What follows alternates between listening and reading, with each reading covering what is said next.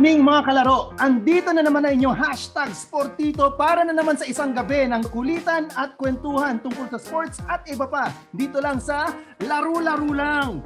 Ako ang Bisayang Dako, si Bisdak Joel Parcon. At kasama natin of course all the way from Canada, Mr. Excited Tarek Villanueva. Hi everyone, good evening Okay, andito rin ang expert ng pagmimiron, si Coach Miron, Noy Africa. Let's get ready to rumble!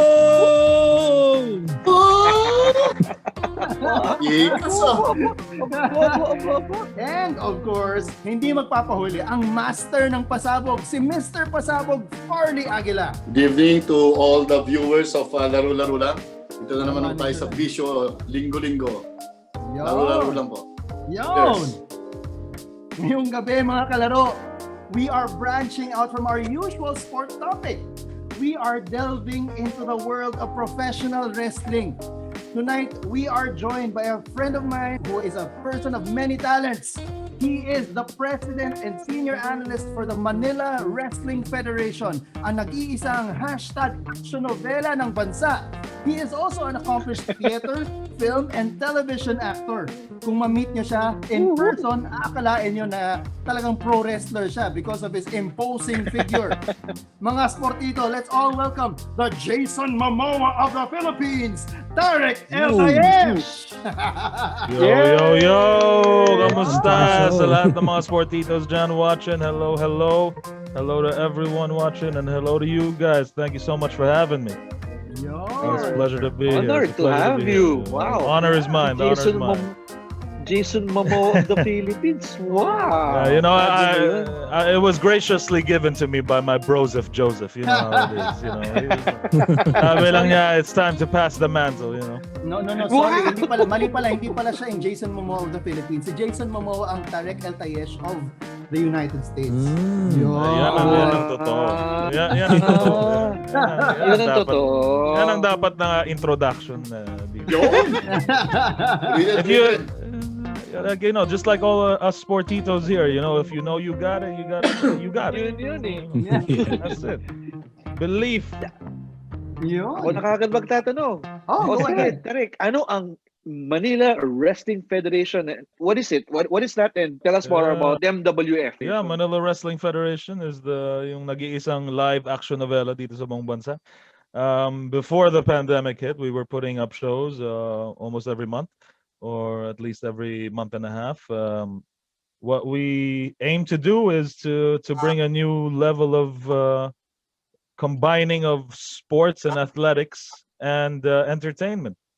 And that comes through with us being able to tell localized Pinoy stories using Pinoy characters, Pinoy context, Pinoy situations, and transferring them into the world of professional wrestling. And we think that creatively that's a very interesting outlet for us to pursue. And who knows, we think there's a market for it, just kung may mga investors dyan, let me know. Yung mga nanonood. We always love money, especially now in these COVID times. So what's up? Stay safe, wash your hands. And drink your vitamins. Ngayon that it's COVID, if ever, how do people get to watch you guys perform? I mean, do you have your past shows archived somewhere? Do you have a website? Yeah. Or is it YouTube? Yeah, we do. So what we have actually now is our YouTube page, Manila Wrestling Federation. You just type that in and you'll find us. And we have 15 episodes of MWF Action Novela TV, which we turned into a sort of serialized TV show, kumbaga. And what we were doing before then was putting up shows, and we had the opportunity to work with a lot of amazing wrestlers, amazing professionals, including some who had worked over in WWE. So, for example, we worked with Yoshihiro Tajiri, who siya yung nagsispray ng green mist sa mata. Alam ko yun. Siya yung Hapon. Yeah, so he's an amazing person, and I'm honored to be actually, someone that I used to watch like that when I was growing up. I'm honored to be able to say that because of this, I'm honored to call him a friend. And That's something that I would not have expected to ever happen, you know. So it's kind of a crazy life so far. Let's see how crazier it gets. But basically, what I do with the Manila Wrestling Federation, or what I did pre-pandemic, was um, I'd be in charge of putting up shows with a team around me, of course, and it would be our job to make sure that we'd have people in the seats and Mhm. we have performers performing at their very best in order to tell the story that we told. So I guess hindi naman siya sekreto na ngayon na wrestling is predetermined or Huh? fake,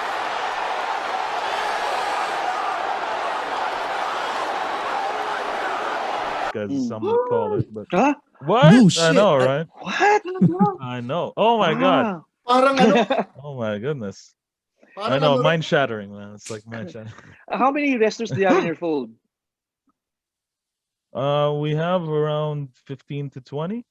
We also have um, wrestlers training in our sort of workshop, what we call a factory.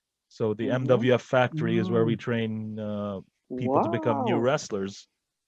And yeah, I think we have legitimately some of the best wrestling trainers and best Really? trainers, period, um, in the Philippines. Not just when it comes to wrestling, but in other aspects. You know, it's crazy just to think how this all came about, and thinking about it now, just how it's coming along, and the challenges that will have to be faced moving forward, considering that, you know, post COVID, who knows when we're going to be able to put up shows, Mm.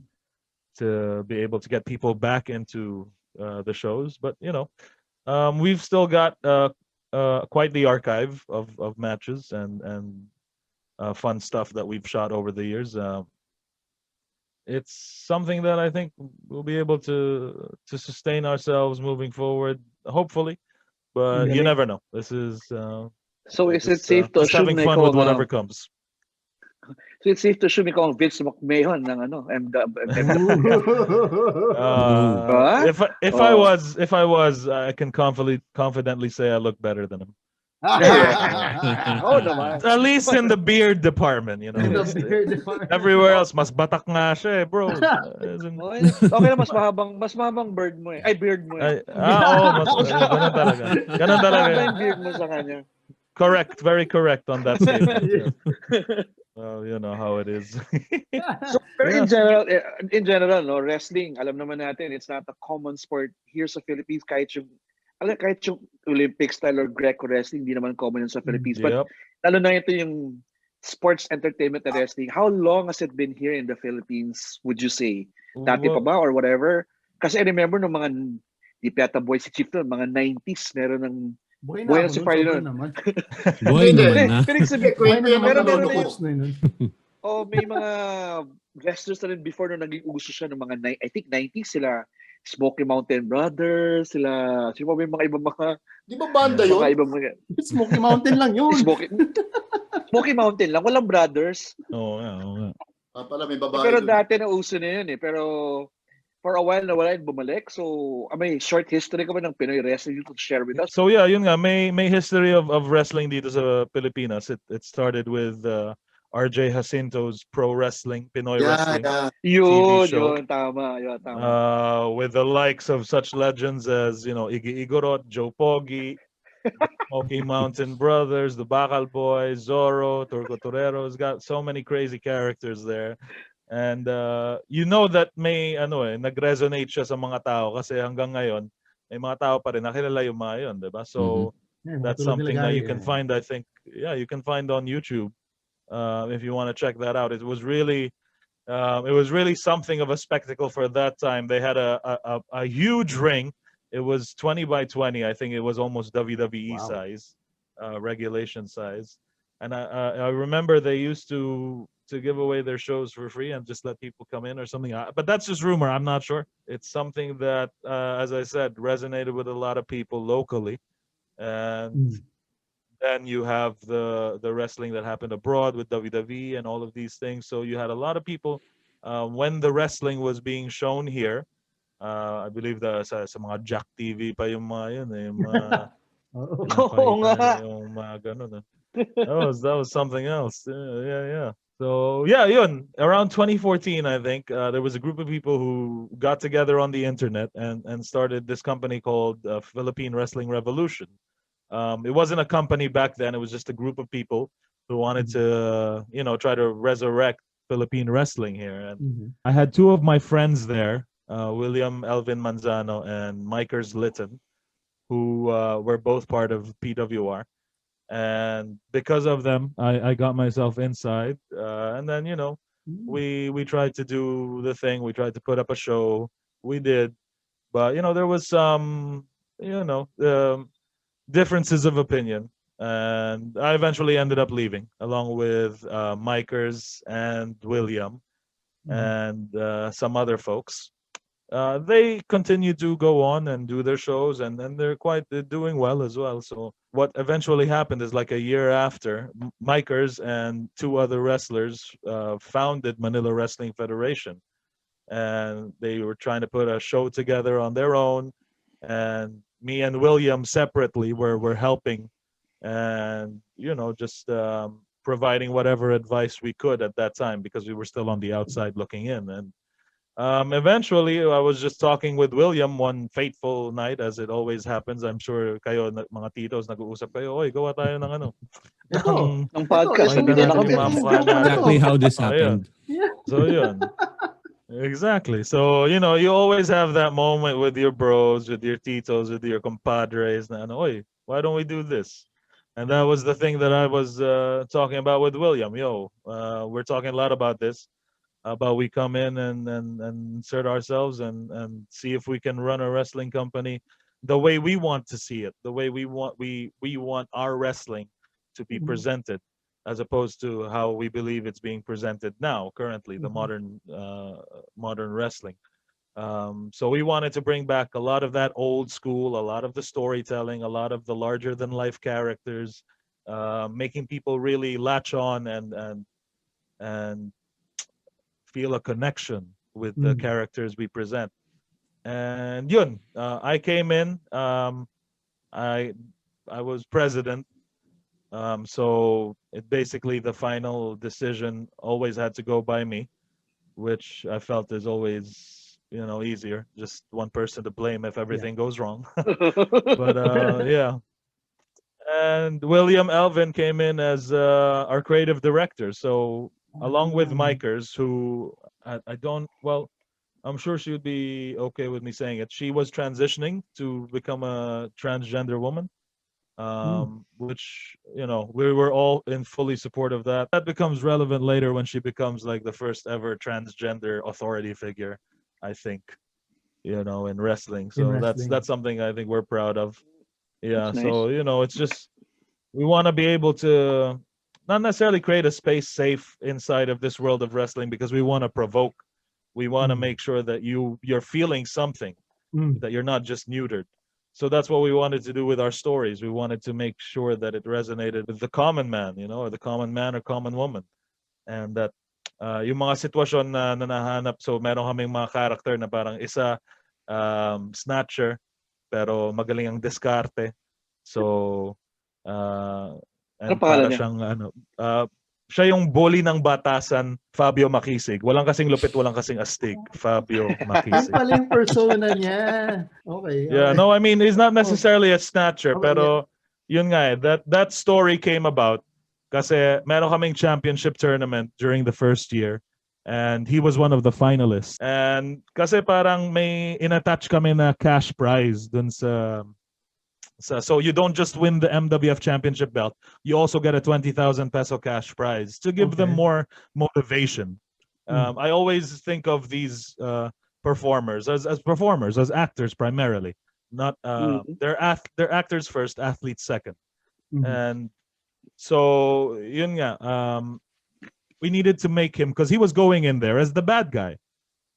So we needed to give him we wanted to make it so that everyone didn't know who to cheer for, and it was 50-50. So we gave him a storyline where he was sending money home to his family because his uncle, played by Joel Saracho, who is a theater guy, and TV guy. Yeah, so parang yon, he had to go. This was the semifinal match. He wanted to go send money, and he only had 50 pesos. So send na niya yung 50 pesos. Pero yung opponent niya is this hacker guy called the Glitch Morgan Vaughn, and he hacked the money. So yun, busit na busit siya, and now he has added extra motivation to try to ano. Kasi they were Yung both 50 bad pesos, guys. yung 50 pesos, Yeah. hinak pa. Kinakda. Eh, imagine mo kung ikaw, yung pamilya mo nangihingi ng ano, 'di ba? Kung anong Oh. amount nung kaya mong ibibigay Mm. mo 'yun. So, yun yung mindset na we wanted to sort of to get people to ano ba yun, yung maging Relate. compatible with, to relate with. Thank you. Words. What are words? So, yun, we wanted people to relate to that even though yung actions niya is not necessarily good kasi he ends up after that nag-snatch siya ng pera at cellphone para lang ma-ascend siya ng pera just to ano. So, you know, we'd like to think that we give our characters like more than one dimension or more than two dimensions. We try to make them multi-dimensional, multifaceted so that, you know, pag nanonood ka, kahit sino man yung mapanood mo dyan, kahit yung meron kaming hype beast, meron kaming isang character na hype beast yung pangalan niya, Kahil Season. Okay. Tapos meron pang like that came from a whole storyline where we had like yung Hulk Hogan namin, si Mr. Lucha. Meron siyang parang proteges, si Kyle Season, it was spelled Kyle Season, and then Ashura, who's like this weeb Japanese girl, it's so weird, wearing a mask lagi. So she was ahead of her. She was ahead of the time kasi lagi pala siya naka-mask. Lord. And yun, so parang nagkaroon ng friction. Si Kyle Season nag-break away. Tapos he renamed himself as Kahil, K-H-A-L-A-Y-L Season. Dinagdagan The lang ng star of H. all seasons. Dinagdagan ng H. Oh, the star of all seasons. Ang pinaka-poging While naging contest streak, what's alam mo papasok sa is ko, hayop siguro yung mga writing sessions sa mga pintuan sessions na mga tutok mo with all these things. Siguro saya siguro. Well, you know, I mean, saya siguro ng mga tukang mo with these storylines. Like when we came in, me and William, I believe it was 2018, end of 2018. Or no, it was end of 2017, if I'm not mistaken. When we came in, they already had a lot of characters established. Like they had, and a lot of those characters I love. So if we go down the roster, we had yung Hulk Hogan namin, si Mr. Lucha, one of the founders of the company also. And then another founder of the company, the high-flying daredevil himself, Robin Sane. Yung finishing move niya, 450 splash from the top rope. Wow! 450 siya. 1, 2, I one of the things I'm proud of that I came up for him is 450 equals 1, 2, 3. And we actually wrote that. Yeah. Oh man, like yun na yung sure victory things. So that also like because we did a show in UP. Our very second show was in UP, Bahay ng Alumni. So we shot an opening billboard where they were all students and Robin Sane was the teacher, and nakasulat lang sa board 450 equals 1, 2, 3. So that was a nice little Easter egg na parang, uy, nakalagay na ako ng Easter egg, lupit na ng buhay ko. Saan ka na? Halain mo yun. Ito Tarek, I mean, medyo na-mention mo na, no? Pero what is it, I mean, what is it about actually putting stories, no? Putting stories into the whole wrestling performances na sobrang nakakatulong to make it relatable to sa mga Pilipino. Lalo na yung mga kwento na ginagawa ninyo. I mean, I remember ito na kwento mo to sa akin before na you introduced a foreign I don't, is he really foreign, si Ho Lon? Yeah. Diba? Holon. Yeah, he's a foreigner. He's from Hong Kong. Yeah. So he's from Hong Kong. Yeah, and he comes but we built him from Hong Kong, SAR, China. Yun. So parang ganun na parang what is it about these Yeah. stories na talagang nakakatulong to connect talaga with your fan base? Well, yun nga, like to go to your Ho Ho Lun example. Ho Ho Lun, who is a dear friend, so he's Mm. known as the godfather of Hong Kong pro wrestling.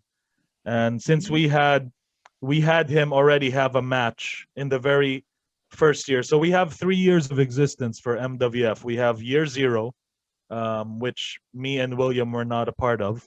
Then year one, and then year two, which was last year. And in year zero, Ho Ho Lun, through William Elvin, sending him here, had a match with Robin Sane to end the year at our parang WrestleMania event called MWF Noche Buena. So all of our shows have like names and stuff and numbers. Um, and yun, so there was seeds there for a trilogy that we could do, Mhm. um, which is something we always wanted to explore, especially given the rising tensions between the Philippines and mainland China. Mhm. So when we saw we had the opportunity, Robin Sane was our champion. Sorry again, spoiler at the time, and we decided, yeah, because this was parang our Royal Rumble show, parang something na ganong level where we last year the very first in year zero, it's the show is called MWF Republica. Mm. So in that show in year zero, something crazy happened.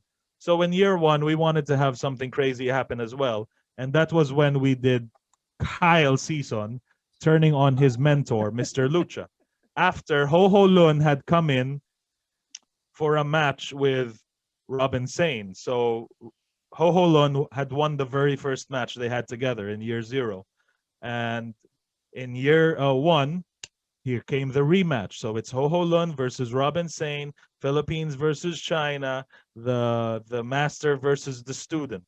And what ended up happening was Robin Sane won. So what we wanted to do there was, since it fell on the anniversary, we wanted to try to recreate the the yung nangyari sa bus, yung Hong Kong, ano Ah, ba yun, Yung Sa hostage siege. yung nangyari sa sa Rizal, Luneta, Pilino yung Grande. hostage Oo. siege. Oo.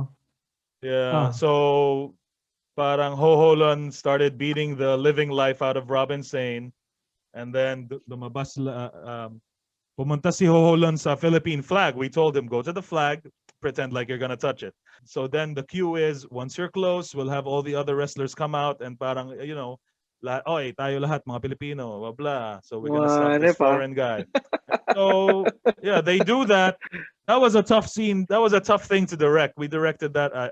I directed that with William and everyone else during the morning of the show, and that was fun to see it all come out Oo. eventually. It was really incredible, and one of the favorite moments of our fans, which we call Kapafeds. I forgot to say, Yun, Kamusta mga Kapafeds? Kapafeds. Yeah. MWF senior analyst Tarek El Tayech here. Yeah. Yun. So yun nga, they surround the ring, the wrestlers. They're surrounding Ho Ho Lun. Ho Ho Lun goes back inside the ring, grabs Robin Sane, and holds an imaginary gun to his head. And that's what we just wanted to recreate. That even if it was just a slight, I Hostage. know, I was like, here, hostage situation. Okay, do that. Tama. And then he manages to get away. And yun, after that, si Mr. Lucha, he's leading a chant of Filipinas, Filipinas, whatever. And then he gets, I know, right in the Titos, the Tito Jewels by Kahil season. Uh-huh. And Kaya then, season. yeah, and then just a whole crazy brawl ensues. And yun, after that, um, we had the three best friends just left in the ring: Mr. Lucha, Ninja Ryujin, who's a mute ninja. Uh, I know but I really love that character. Such a kid-friendly character, and we had him doing sign language, which I thought was very inclusive and very just like, Mm. if someone saw that, that would be, and if I was deaf or mute or whatever, Uh-uh. I would like, oh, that's someone like me. And then, so yung sa huling scene, Robin Sane is being pulled by Mr. Lucha, Spolarium style. That's how Mm. we wanted it to look. Wow, And may mga then, ganun pang... Oo nga eh. Pa-art eh. Pa-art yung tito niya dito eh. Ganun ano eh. Yun. And then Mr. Lucha betrays his best friend Robin Sane in the middle of the ring by giving him a Sagada driver. Because he's from Sagada. So. Oh no. And then that starts the road where they're separated. They're like super best friends, but now they're no. Grabe So naman. yun, may friction lag. Eh. And then so with Ho Ho Lun, what Joseph was mentioning before. So yun na, di ba? We have 1-1. They're tied 1-1. Each has a win on each other. So ngayon, come year 2, again, it's time for MWF Republica, which happens around June or July. This year, the year that we were able to do it in year 2, we were able to do it right around Independence Day. So, yun, we were able to do it in Lucky Chinatown Mall. So Hometown niya, Hohonlun.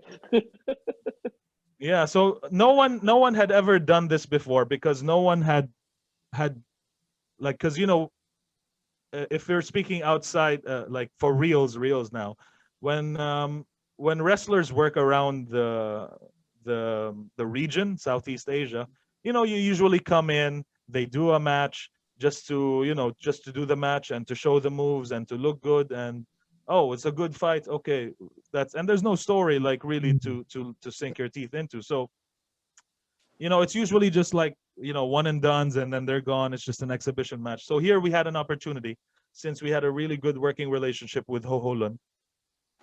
We said, Ho Ho, we need you to be our champion.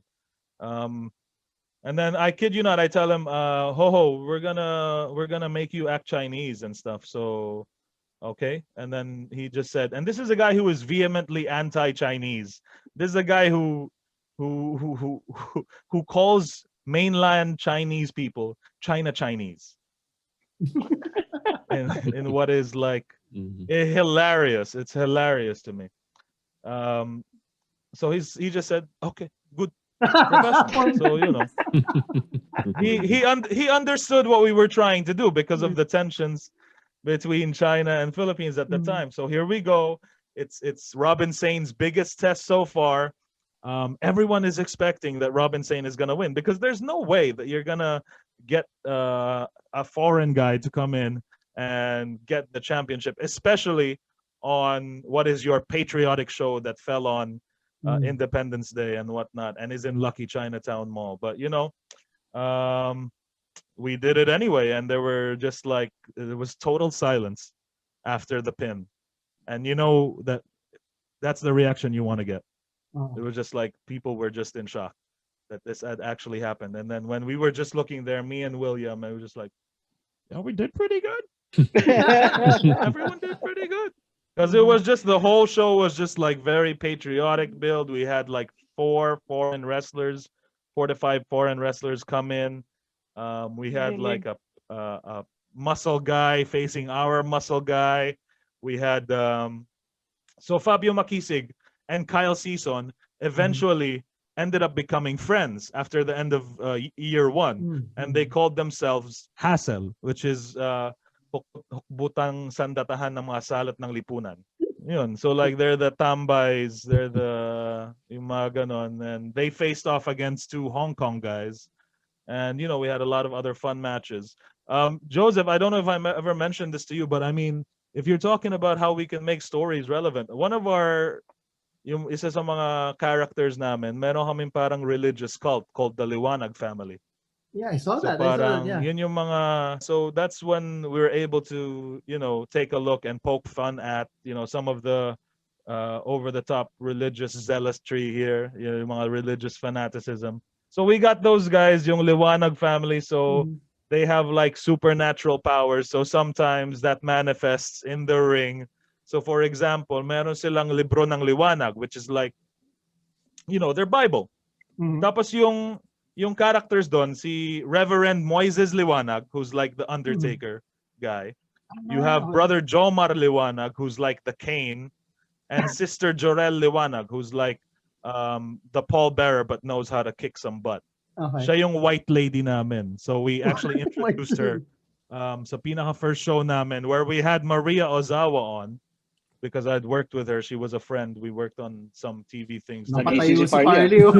Yeah. Napatay si Ay, Farley. Farley, can you imagine the feeling of being able to direct Maria Ozawa?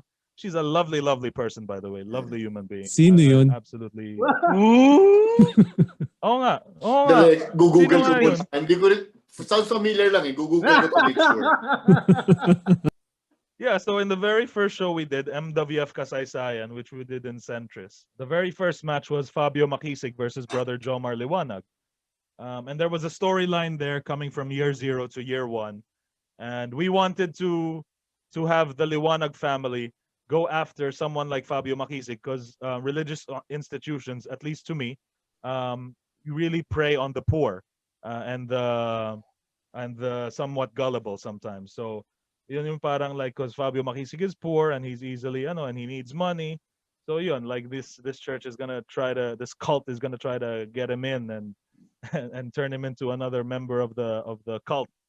And so when that match ended, nagpagawa kami ng libro, ng actual na libro. I wish I had it here. Pero it's like a super big book. Like ganito mo kailangan ihawak. Tapos when you opened it, may light coming from inside. Kasi it's libro ng liwanag. So when you open it, it's gotta be liwanag and stuff. Diba? Right. So parang Ay. yung idea doon is like only the worthy can read yung true texts of the page, yung mga ganon. Pag liwanag lang yung nakikita mo, you're a not bad worthy. person and you will may supernatural effects ka siya. Like so we did blackout. Fabio opens the book and then Yun, standing parang behind ganyan. him Parang Yeah. ganyan. is Jorel. Okay. Yes. Parang ganyan. Yun, Yun. Yan, yung ginagawa niya. Yes, that's lovely. Oy, pahiram naman yan. Mas maganda yan. Sa ginagamit namin ngayon na sobrang laki. So yun, Gary Liwanag. Gary Liwanag. Oh, Gary Liwanag. Oh, oy, maganda yun. It's got a nice ring to it. Meron nga kaming character whose real life name is Gary. And his in-ring persona is life coach Gus Queens. And he's Coach like Gus Queens. yeah, he's like every life coach, every pseudo scammer you've ever met who's invited you to a networking seminar, yung mga ganon. So he's like that, he's like that smooth talker. That's it's so nice because he's really tall. Right. He's like 6'2", tall as me, and he's saying that he's athletic, but whenever he does anything athletic that we make him do, it's like it looks terrible, and it's so hilarious. And yeah, so yun, like imagine yung libro ng liwanag ginamit siya bilang weapon nang ba-blind siya ng opponent mo. So yung mga ganong Nakakatilaw. pakuno namin, oo. So yun, it all looks at like different folks that we have here in the Philippines, yung mga like may mga hacker subculture, yung mga like techie peeps, yung mga hype beasts, yung mga marginalized folks. You have people from all walks of life being represented here and we're telling stories that are inherently Pinoy. And honestly, I think that the stories that we told over the course of the 2 years and the 3 years that the MWF was up there is really something that you can't find in modern wrestling now, which is character focused, storyline focused, instead of athletics and performance in the ring focused. Because right now, for me, if I can say, like all wrestling right now is very parang pare-pareho lang sila kasi yung ginagawa lang niya is I'm better than you. No, I'm better than you. Okay, let's fight. And that's it. Like what do I have to know? If I wanted to see two people fight, I'll watch the real fighting. I'm not gonna watch this predetermined stuff. If you're just gonna do a lot of crazy moves, you have to give the audience a reason to invest. You have to give the reason and a reason. You have to give the audience a reason to cheer or to boo, and it can't just be because one person is saying they're better than the other.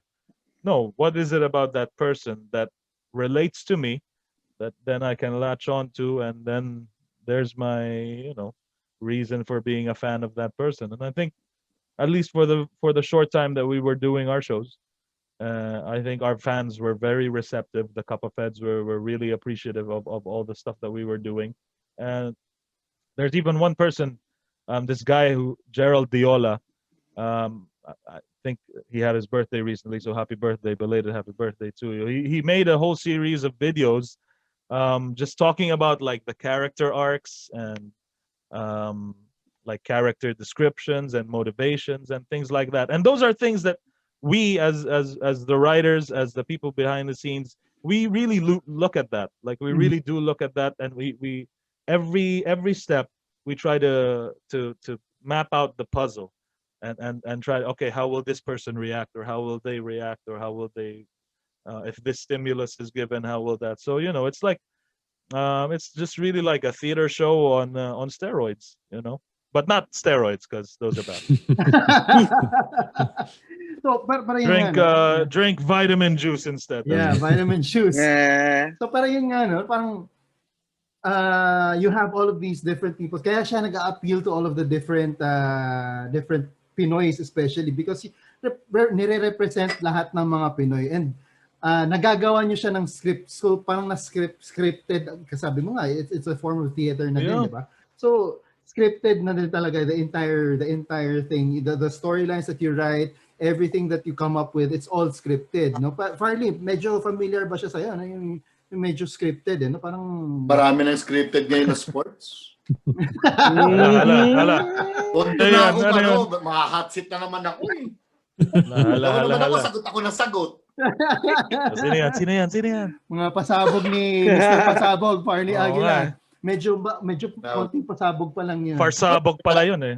Sabi Farsabog. ko, hindi ka matatamay. Sabog. May tatanong lang ako. Go. Fire away, brother. No. Do you have any competition or rivalry na available now? Yung group nyo, yung show? Or... Yeah, no, as I mentioned earlier, people can go to our YouTube page. Yeah. And they can check out Manila Wrestling Federation on YouTube, and we have all 15 episodes of MWF's Action Novela TV there. And they can follow that from episode 1 to episode 15 and may tahi yung storylines dun. And also, we have random matches on our YouTube and on our Facebook page. And very recently, I just got some equipment. These wonderful microphones that were given to me by Joshua Cabiladas and friends. So if anyone's watching this and they want to get mics, go check out Joshua Cabiladas, if I said his name correctly. I hope. But kung hindi, hanapin niyo lang siya sa friends list ko. And hindi ko pina-private yun ata. Pwede naman siya magpadala sa amin para linggo-linggo makita ng viewers. Makita ng mga viewers. Hindi, yung may mga bigote lang daw eh. So brosep pa kayo. Kailangan mo pang Marley, nag-shave ka daw eh. Nag-shave ka daw, brad eh. So sayang. Hindi, yung wala kayong kalaban yung MWF na group. Wala pang rivalry. You mentioned kanina, PWR. No, PWR is Philippine Wrestling Revolution. They were established first. And you came from there, right? Yeah, we a bunch of us had come from there. We had also, well, I didn't start the group, but I was part of some of the pioneering batch. And I was even part of 2 of the shows that had been done there. And yeah, so I mean, there's a long history there as well. Some of it good, some of it not so good. But pre-pandemic, I may have said more, but like it's post-pandemic, we all about it's good vibes and stuff. So I hope that's coming from everyone. Like because a lot of crazy stuff has happened. It's just really now at this point in time, who knows what's gonna happen after everything. Hopefully normalizes, once the dust settles, is there really still rivals or whatever? You just want to have someone at least putting up shows so the audience can experience something they love, and that's what I appreciated about it, like when I realized, I'm pretty decent at doing this wrestling thing. putting up storylines and commentating and hyping it up and stuff like that. Business side, let's see. Jury's still out. But it's a struggle with something that's very niche like this, Yeah. and you're Yeah. trying to make it more appealing Mm. to people. That's why we put our emphasis really on storylines Storyline. and character development, because um I'm not gonna go there to see what move you're gonna Yeah. do. I'm gonna go in there to see whether you win or To- lose. Yeah. That's, To watch that's- the show, diba? yeah. I don't know. I feel like I feel Yes. like I'm giving away a secret, because parang sa lahat ng mga modern wrestling na napapanood ko ngayon, parang ano nangyari, man? Like Mm. if any of you guys, because I know you may have been like fans before of the wrestling and things like that. If any of you guys watch modern wrestling now, it'd be unrecognizable to you guys. Talaga. It's be super Wala nang unrecognizable. storylines and stuff like that. No, there is, but it's very neutered, and it's very like, I'm better than you. No, I'm better Yeah, than yeah, you. yeah. Mm. And ganun you don't have a na. lot of like, wala nang big concept na Yeah, na you know, story, wala nang story arcs. yung mga nung nag-ano tayo ng Attitude Era, and yung mga Oo. ganun, you have people blowing up in their cars. You Oo. got people like, love triangles and stuff like that, getting all Yeah. sorts of crazy. Like Ngayon the wala trick na. to wrestling, wala na. The trick to wrestling for me is to make it look nothing like a wrestling show, and Mm. then you'll be able to tell. Because I think that's what's missing personally. I Mm. don't know if the numbers will back me up, but it is Yeah. what it is. Yeah, people You gotta love have your to, convictions and stick with yeah, it. people love to hear or Mhm. watch a good story, and I'm a very huge proponent of that. And speaking of story, Tarek, eto nag-research ako. May napanood akong episode ninyo. I I can think this see. was the time na nag-shows kayo sa Katipunan. Tapos si Kumish Mm. ninyo came out in a green shirt, in a Oh, LaSalle yes. shirt. What was the story behind that? Ano yung, just to let you know, two of our guys here are Atenistas. So that's Gary and Farley. Well, ako rin, halfinista ako, man. Halfinista. Hindi ako natapos doon, pero ano rin yun. So, yun nga, ano lang yun, that was just a continuation of something that we had done very earlier. So, our very, very, very first show was like this test show, this press event. We called it MWF Level Up, kasi we were doing it in the UP parang studio. So it was very studio type location. And yun nga, it was you had our one of this yun nga, si Coach Gus Queen, si life coach. Taga Lasal siya. So pagpasok niya, of course, siya, oy, kamusta kayo lahat, blah, blah. Alam niyo man, mahal na mahal ko kayo, blah. Especially since galing ako sa Lasal, blah. So, nandun siya sa middle of UP, getting booed. And you have even, it got so bad, like the stuff he was saying was so bad. Like, ako yung nagbabayad ng, ng tuition nyo, blah, blah. Yung typical at that time, during that time, when folks got angry at UP folks. It's those usual stuff that they're saying. So yung sound person namin at that time got so angry, she literally in real life cut off his mic. Like just to, kasi na-affected siya, like nadala siya by the performance, which is like that's when you got a Effective. good talent there. And you did a good job plotting that out. Yeah. So yun nga lang, yung continuation nun, since we are in Ateneo, might as well pull out the LaSalle. Diba? Okay, The effect wasn't as it was still there. Mhm. It's still in line with his his heelish persona. So yun, that was the story behind that. It was just a continuation of something that his character would do in that situation. So we always tell them to like we give them acting I give them acting like tips. How do you make a character? And I'm not saying I'm an expert on that or anything, but I just keep it simple for them. We keep it simple for them, and yeah, it's just we don't try to make it as too complicated. Just motivation. That's simple. There you go. Do what you need to do. And they're real naturals. They're really just natural show persons. You know, they Yeah, I just mean, once you yung put a mic kwento, in their hands, like yeah. yung kwento mo kanina na you just told them about the sequence like the morning of the show tapos nagawa na kaagad nila on in the evening. That's a huge mark of good performers, 'di ba? Na parang mabilis silang mag-pick up. Yeah. So yun, Yeah, I you mean, know, yeah. it is. I mean, Joe, we've been through this stuff, you know, with like Yeah. last minute changes and stuff like that. You know how it is.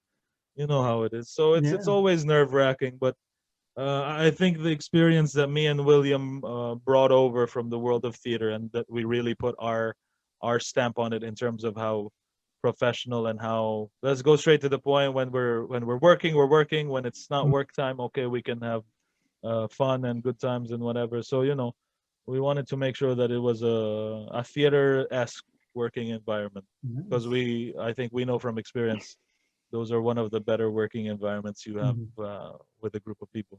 Yeah.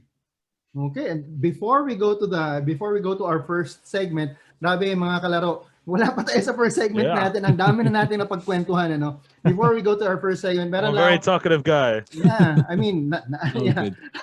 Meron lang akong gusto sabihin sa mga Atenista natin dito. Actually, ako rin medyo Atenista din ako. Ateneo din ako nag-high school, no. Pero ito, Half-anista. merong mga half-anista. May sinabi yung si commissioner. Sabi niya daw na sobrang natawa ako dun sa tagline niya na yun. Tough guys wear green. So tough guys that wear green. Yeah. Sabi niya. Oh my God! Yeah, that was hilarious. That was his line, I think. So anyway, Guys, That was wear his green. line. yes, He's- tough Okay, guys, ah. so Yeah. tough guys wear green. Okay. That Anyway. was lovely. Yeah. Yeah, Okay, so let's hard to get- hold a chuckle. Yeah.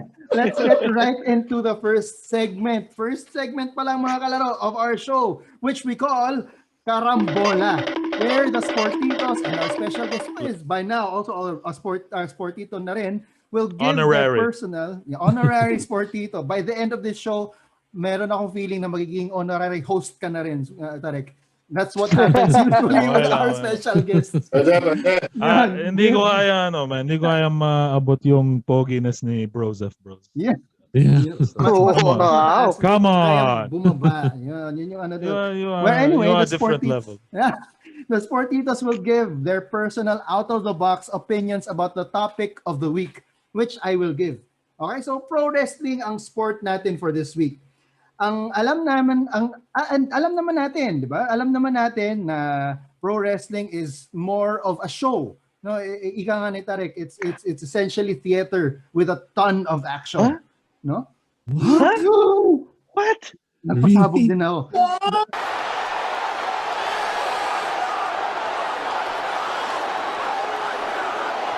So, mga Sportitos. Mind-boggling. Mga Sportitos. Gotta take it easy on these Tito's, bros. They might not be able to handle all that information. Okay, yeah. I'll take it easy. Kaya easy lang ang question natin. The topic for this week, mga Sportito, is easy. It's this. What is your opinion on the relationship between sports and entertainment? Oh. Does anyone want to start? Sige, ako. Sige, Go ahead, Mr. Excited. Sports and entertainment. I know paano mo sasabihin, how do you want me to relate it or something or Ikaw, what? yung does it relate? Is it mutually exclusive? No? Or Ang does it hirap go kasi hand in define hand? first of all, I think you have to define what sports means. What a sport is, siguro, before entertainment. Like, for some strange reason, if you consider wrestling a sport, do you consider it a sport? Diba? Like, pero in the same breath, do you consider a sport like chess? Is it a sport? Like, ano bang may ibang mga sports na, di ba meron, wow, dito sa Canada, syempre, curling. Is that a sport? Di ba yung curling, di ba? Yung nakaluhod sila gumaganon, di ba? So, nagwawalis, di ba? Yun, expert ako ron, magwawalis. Pero what I'm saying is, how do you define sport first of all, di ba? Is it, in general, I medyo scattered brain ako na parang yung ganun. Ngayon, ako, I'd like to think, the term sports entertainment, the first time I heard that, honestly, is from wrestling talaga. Mhm. I think it was a term that si Vince McMahon of, I think at the time, WWF pa, Mm. actually coined when he started the WWF, the sport entertainment, di ba? Pero I have to admit it, nung time na yun, nung mga early panahon nila Hulk Hogan stuff, people actually thought it was real. Lalo na sa Pilipinas, wala naman tayong internet, wala naman tayong Google na fake, di ba? Wala naman wala mga behind the scenes, di ba? Growing up, you actually akala ko, Sobrang controversial totoo pa nga nung to, may di ba? lumalabas na si yung Oo. The Masked Wrestler, di ba, na parang ina-unearth niya yung mga Oo, secrets behind Tsaka wrestling. di ba yung mga, yun, alala ko na, tapos may mga rumors pa dati, sila to, si Ultimate Warrior, namatay na daw, pumutok yung ugat dito, yung mga ganun, saka Nabagsakan ng nabagsakan ng barbell. nabagsakan ng Marvel, di ba? Pumutok yung di ba nakatali? Sorry, kung napapalayo man yung yung trend of thought ko. Kasi because yun, sports and entertainment, yun, it was coined specifically for wrestling, I think, that term sports entertainment. But if you think about it, sports in general, it's entertainment naman talaga. You watch it because you want to get entertained, you want to see a dunk by LeBron, you want to see a winning basket by Jordan, you want to see Kobe's intensity, di ba? Yung mga ganun klase. So they're all both, for me, entertainment. So it's a matter of defining also what the sport is. Kasi some people get turned on by watching chess, of all things, di ba? They're entertained by watching chess. If you, Queens Gambit, whoever has not watched, panoorin nyo na sa Netflix. Sobrang galing ng Queens Gambit sa Netflix. Di ba? Who would have thought chess would be sexy, di ba? Ano? Yun din. I watch chess videos on YouTube. I love chess. Di ba? Parang, it's, I guess, siguro what I'm trying to say is that there's still different strokes for different folks. If you think you're entertained by that sport, then go ahead, di ba? Or whatever. People have different notions on what sports entertainment is. But if ever to give credit where credit is due, I think si Vince McMahon coined that term, and I think it's very apt for wrestling talaga, na talaga people put on a show. Because I remember talaga when watching this, kung talagang feel mo isang, if you really like this certain wrestler, pag manalo siya o matalo siya, alam mo naman scripted, pero parang masama pa rin loob mo pag natatalo siya. Alam mo naman, di ba? Alam mo na yung mangyayari. Yung referee, makikialam, may lalabas from the stands, pagbibilangin, ika-count out na, yung pa, bigla tatas, no? But still, somehow, you're entertained. You still parang hope against hope na mananalo pa rin yung manok mo, although alam mong hindi. Tapos biglang magiging heel, magugul ka. Buisit, yung gaganon ka, di ba? So it's all interesting. I mean, it's all interesting talaga. My opinion lang about sports entertainment, yes, I think it's a match made in heaven. Okay naman ng sports entertainment. I think there's no fine line in between it. I think sports is entertainment and vice versa. So entertainment is sports? Yeah. Not necessarily. Entertainment is Depende. sports? No, not necessarily. Kaya nga well, Kaya nga Yeah. yun. Yun, I think naman with si the... Farley, uba-ahem na. Mukhang gusto na. Ako na, Sige. bago mawala Alam ko yung mga konting naiisip ko. Alam ko na-google mo sa muli sa ako. Kaya gusto mo na Mabilis mawala yung mga thoughts ko eh. So, alam mo naman, lumalabas, walang filter yung ulo eh. So anyway, yun nga, with sports. Ilan ba yan? Sports, Ilan? hindi ko alam. Yung Ginuhulog mo buhok ko sa mawawala. ulo. Ilang thoughts? No. Magulo game. Okay, so I think with what Gary was referring to, like with sports, you have to define which sports. I think it's pretty clear cut naman which ones are sports because it's generally, may idea naman tayo which ones are sports, the ones you compete in the Olympics and everything else. But I think when it comes to be fairly accurate about it, it becomes entertainment by nature when it's professional, with professional sports. Oh, okay. I mean, if you go professional, basically you're making money. One way to make money in sports would be to put people in the stands, right? So at that point, I think pretty much it becomes entertainment somehow. Like even if I mean basketball, the point is having people in the stands. Well, not right now.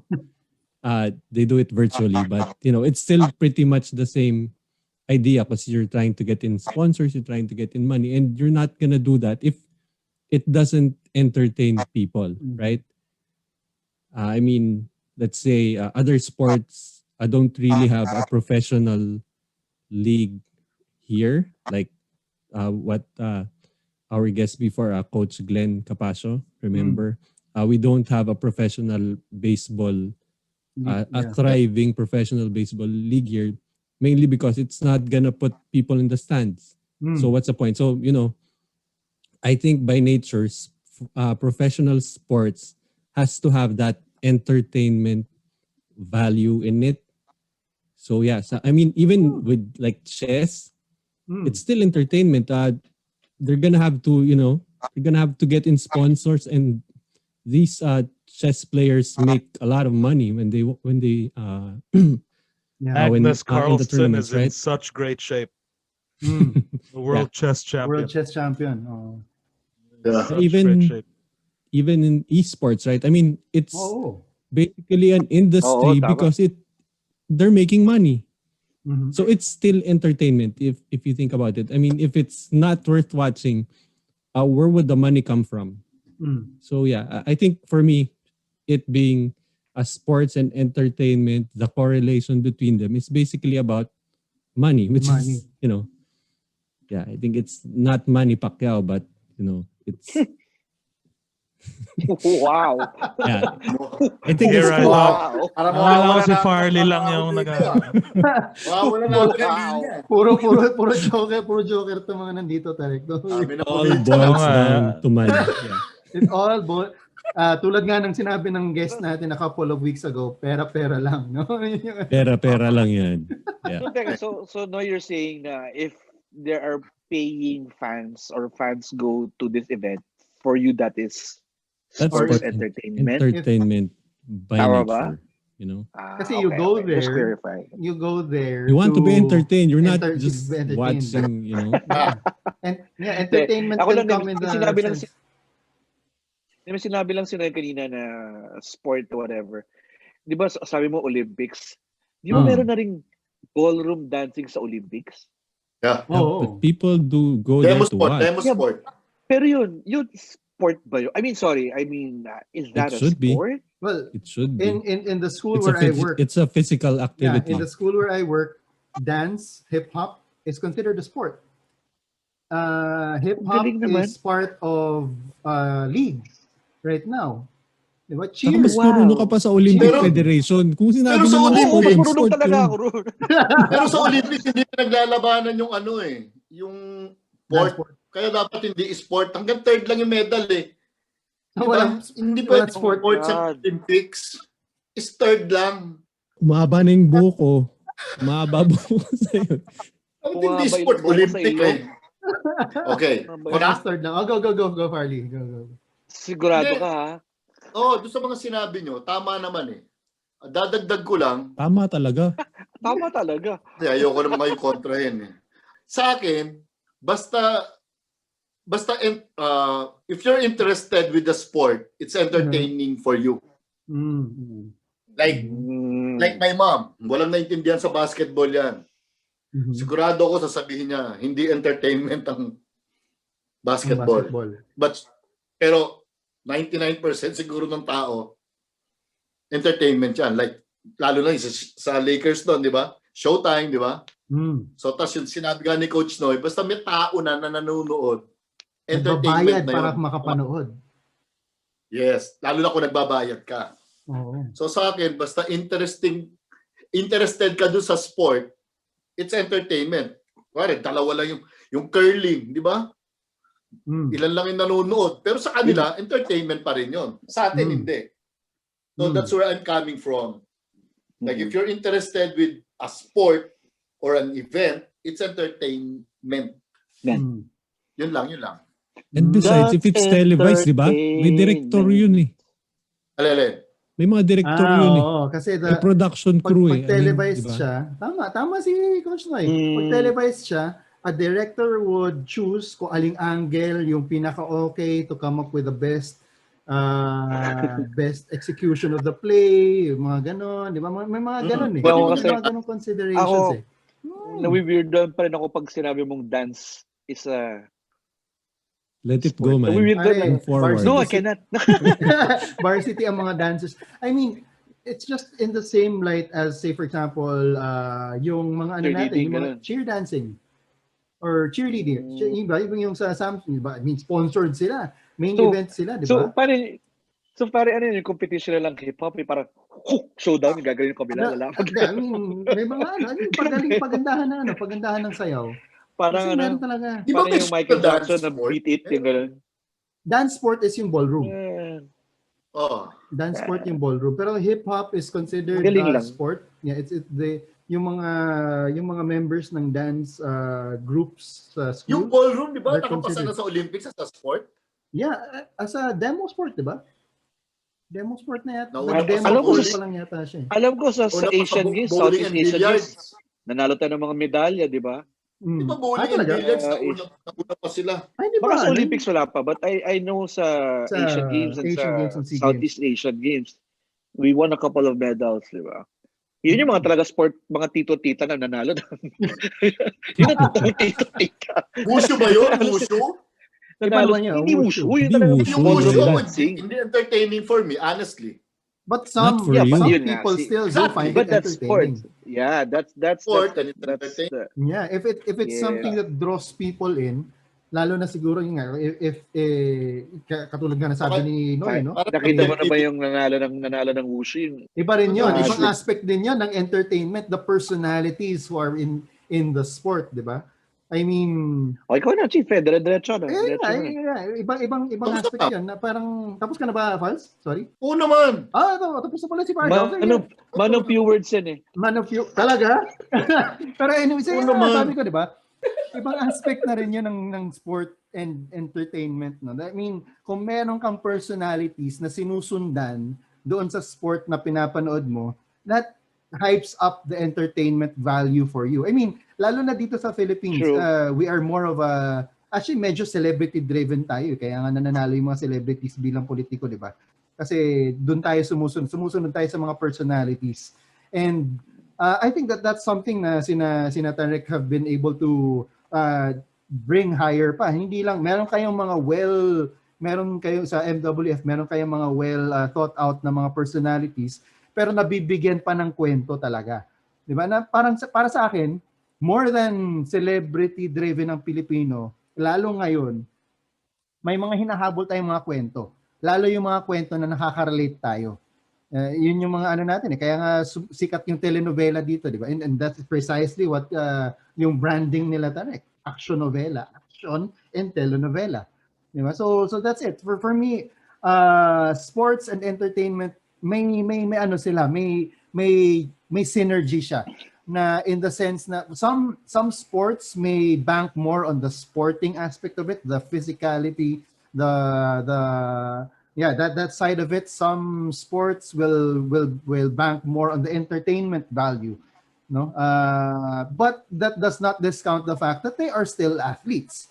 Diba? These guys, these performers or these sports people still train in order to be able to execute everything properly. Kaya tulad ng sinabi ko kanina, Gar, na dance is now a sport. I mean, hip-hop is now a sport. Kasi these guys, they consider themselves athletes. Kasi they train a lot of the students that I know from the school I work with. They train for at least 2 hours a day just to make sure na paglabas nila, the product that they come out with is great. Di ba? And at the same time, it's entertaining. Doon nang gagaling yung competition nila. If you are more entertaining or if you're more technically correct than other teams, then yun yung sporting aspect. Ikaw ang deserving na mananalo. Diba? So I think na meron talagang may Interesting. we watch these sports because we cheer for athletes, we cheer for teams because we are entertained by what because we either connect with them, kaya sikat na sikat ang Hinebra, 'di ba? Kasi yung masang Pilipino nakaka-connect sa kanila, yung never say die na attitude, 'di ba? Yun yung parang may nila-latch on tayo na mga concepts or stories na talagang sa akin that's the marriage of sports and entertainment. Yun. So yun yung yun yung nandun ako. Yun. Now we go to our subject matter expert on sports entertainment. Tarek. Yes, brother. Dali lang. Okay, go. Wait Tarek, lang. excuse. No, I got the definition of sports eh. Yun, may definition of sports. Hindi, para yung question ni Gary Definition of kanina. crush, wala ka? Like yung ballroom dancing, di ba? Sports is an activity involving physical exertion and skill in which an individual or team competes against another or others for entertainment. Refers to a competitive physical activity, generally recognized as activities based in physical athleticism or physical dexterity, governed by rules to ensure fair competition and consistent adjudication of the winner. Records of performances are often kept and reported. So again in your words. Very good. In your own words without in your own words at Google. Baka i-farley size. Okay. Sports is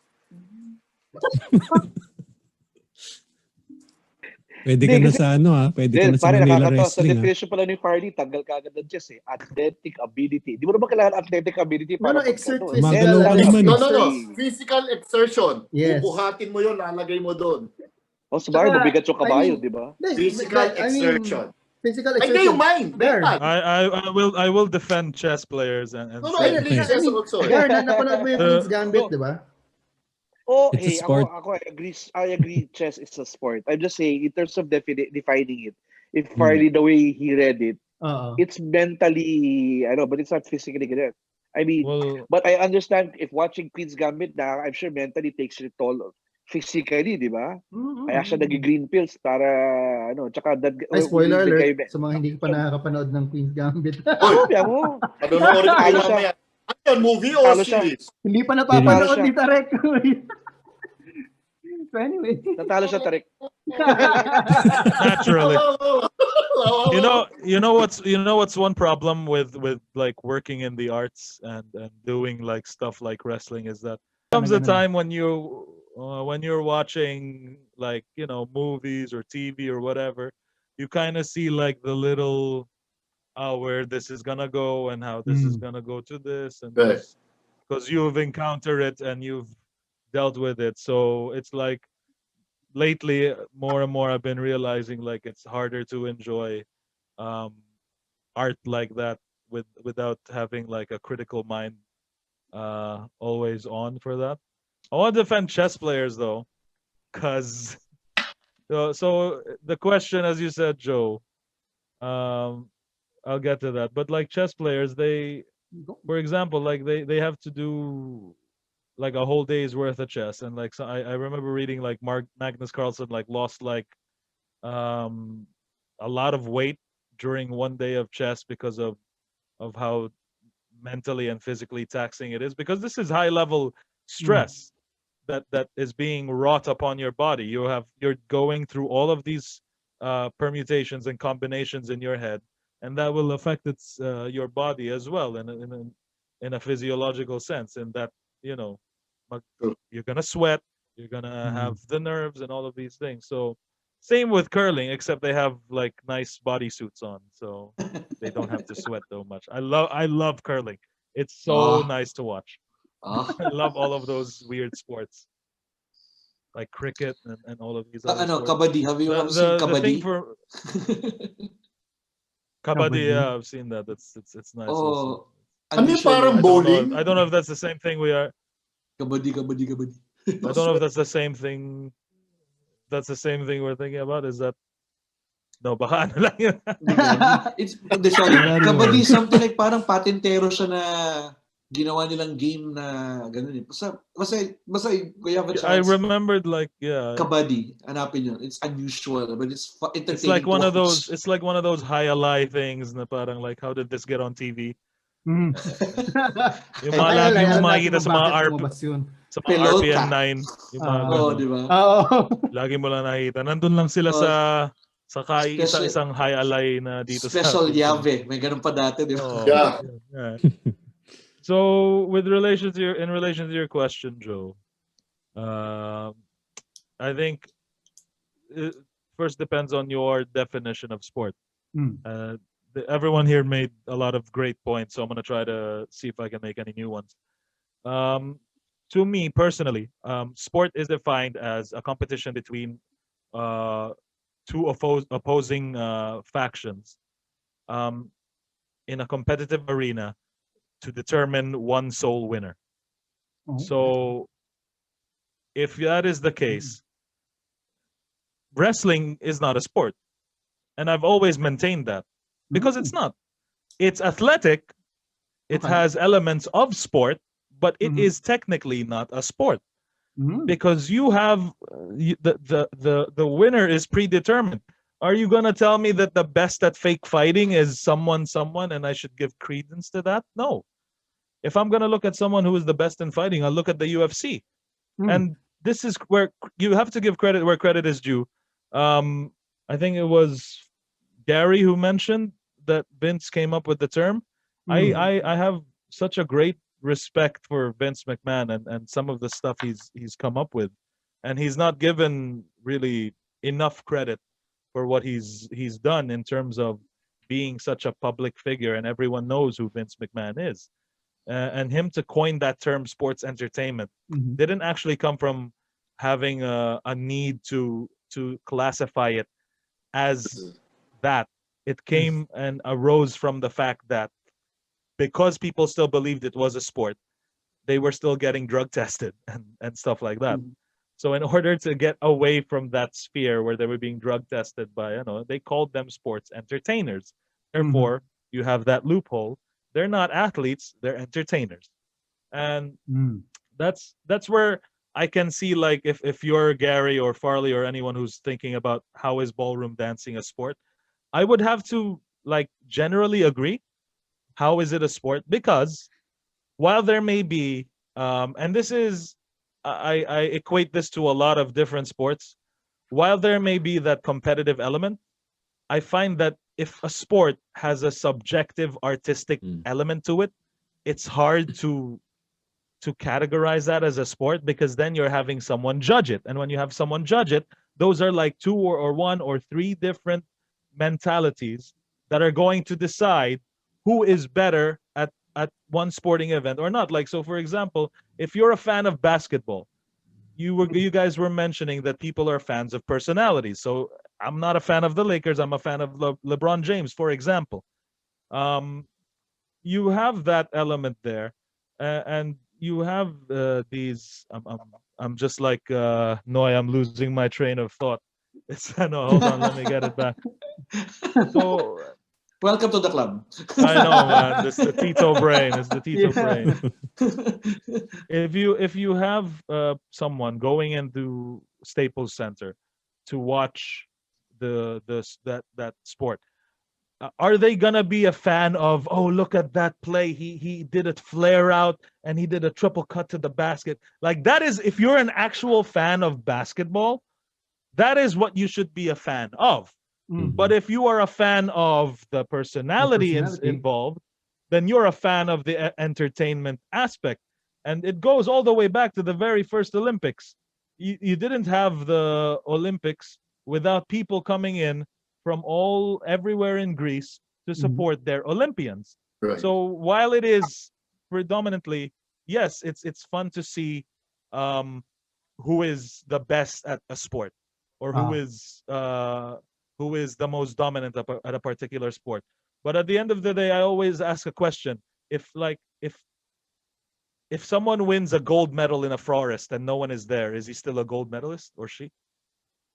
You can't have that without having the people to acknowledge the the merit Yeah. of your achievement. And again, it fluctuates whether something is more popular than the other. So unfortunately, while curling or chess may be as demanding in certain aspects, it's not gonna get as much eyes on it as basketball or football, or So, like for example, if you look at the NBA All-Star game, another example is that people go out there to see all the entertainment, the entertaining dunks, the entertaining plays that True. but you only see that for like 2 quarters or 3 quarters. Because when it gets to the fourth quarter, people want to Everybody gets see the serious. competition part. Everyone got serious. People want to see the competitive nature of it.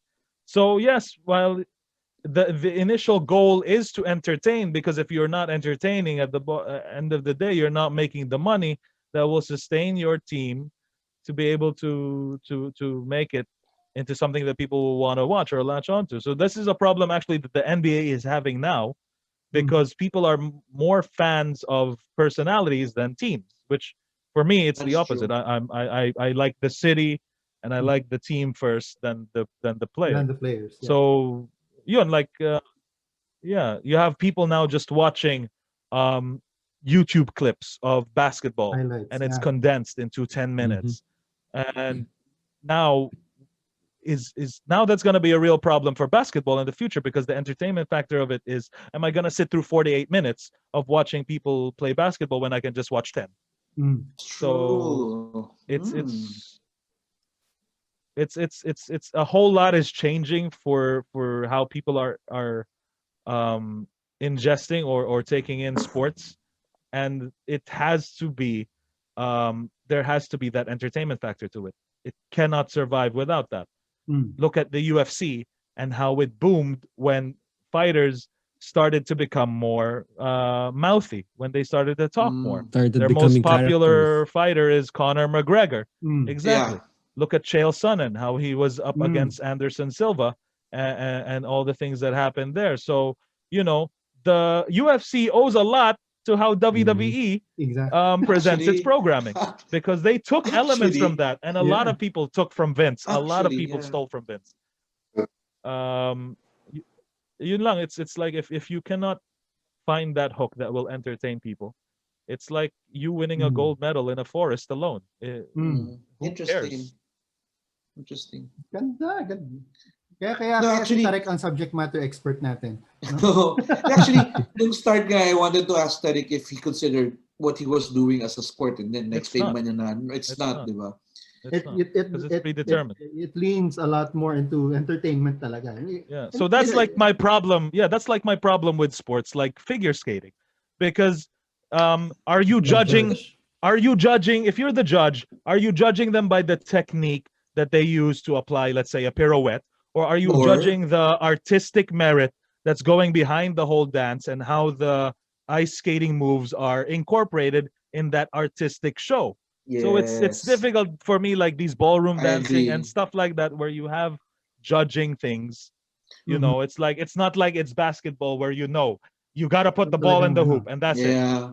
There's no other way about it. Football, you got to put the ball in the goal. There's no other way about it. It's not who does the trick better or who does the thing better. It's how you work as Yeah. the team and blah blah. Even I individuals when agree. it comes to fighting, stuff like that. So No Pero yun, subjectivity. Yeah. yun nga Yeah. yung But ano, you're I pretty mean, much taking out a lot of sports as oo. being Hindi, sports. Like pero yung gymnastics, yeah. you have Oo, kasi everything that diving. has that whole judging aspect. Even say for example, yun nga, na mention ni Tarek, fighting. Pag umabot siya ng 12 rounds sa boxing, pag umabot siya ng 5 rounds sa MMA, it goes to the judges eh. And nagkakaroon siya ng subjective, I mean, sabihin na natin, let's admit it, may subjectivity din dun eh, na parang, did this person see na naging mas dominant? Di ba yun yung ano eh, ring Aggressive yung dominance? isa. Oo, di ba? Yung isa mas maraming punches, octagon but control. land, Yeah, di ba? octagon Yung mga control. ganun, yeah. Does And it that's an become issue less a because sport now? That's why a lot of them No, I don't mean- want it to get to the judges, di ba? But that is not judging anything on any artistic merit. Okay. So when you look at a sport like mixed martial arts, and when it goes to the judges' scorecard, they have criterion for them to judge the performance of the fighter. So it's based on octagon control, effective striking, all of these things. But if you're looking at and no disrespect to anyone who's doing those sports like dancing and all of those things. I'm not saying that's not for me to decide. I'm saying I'm speaking as my own. These are my thoughts and opinions. So Right. I don't care really if you think they're wrong. I think they have merit. So if you're looking at sports like that, it's subjective because you have to look at the artistic merit. Let's say if I were like someone said gymnastics, that was I think you, brother Noy. Yeah. Okay, if we're gonna have a gymnastics gold medalist, then either two things: the judges have to either be really well known and well versed in what they're judging here in order to be able to judge what is happening, or you give them all the same routine, and then you judge from there who is the best at doing that routine, just doing all the technical stuff. I agree. So I agree. because Yeah. when you like, if imagine I'm sitting there, I'm watching this this gymnast, this Caitlin Okaku or Oahu or something. Caitlin Ohashi. Caitlin Ohashi. Oh yeah. Yeah. UCLA. And Mike, if I can just go full Galing, di ba? full Tito at the moment, like, oh Go my ahead. God. When I'm watching it, I'm just not like watching it for the sport. Pero ganito, So that part of it is entertainment for you if you are a man. Unfortunately, that's part of it. You know, if you are attractive in sports, you will have more people looking at you. Hence in wrestling, I always tell people, if you're ugly, get a cis pack, because I'm not gonna if I'm not gonna be looking at your face, I need to be looking at something else. So you know, that's the thing with That's why. yeah, with athletic things like that, like wrestling, or let's say figure skating, dancing, all of that stuff. Are looks a factor when Yes. you look at all of that? It's like it's difficult for me really. Like, how can it be a sport in its purest form when it's competition between two opposing forces, and then you have someone judging there on top of the Thunderdome. Good pirouette. It was better than her pirouette. Yours will get the 9.9. She will get the 9.8. Like it's tough. It's tough. So you know, that's something they will really try to. Sorry if I may just add. That's really something that they're gonna have to look at in terms of in the future, like how to get more eyes on sports as we move towards streaming, as we move towards as I was saying with the NBA, that's gonna be a real problem for them now, as well as the NFL, as well as all of these other sports that have their condensed highlights clips. You're gonna have kids now that grow up only knowing LeBron James because of the clips that they watch on YouTube, not because they watch the actual 48-minute game. And no one's gonna watch the 48-minute game now if they just have to watch that 10-minute highlight. So you talk about the low ratings for the NBA now. You got to look at just the online numbers as well, and you got to compare it to how everything is like shifting. It's fascinating. Wow, fascinating ideas. You were going to say something, Kurt. Yeah. No, ako ne. I don't know if it's related. Well, the whole thing was while he was talking about the whole thing. Narealize ko lang, every year I find myself watching yung cheer dancing sa UAAP. Yeah. Diba? And every year, parang ang weird, parang papalapak ang galing. Bigla ma-realize, ay, kulelat pala yung isang team. Or parang, kala mo ang galing ng isang routine, isang school. 5th place. Yung magpapagano, not saying my school or UP. Pero parang, again, pag pinapanood mo siya to the naked eye, parang ang galing, di ba?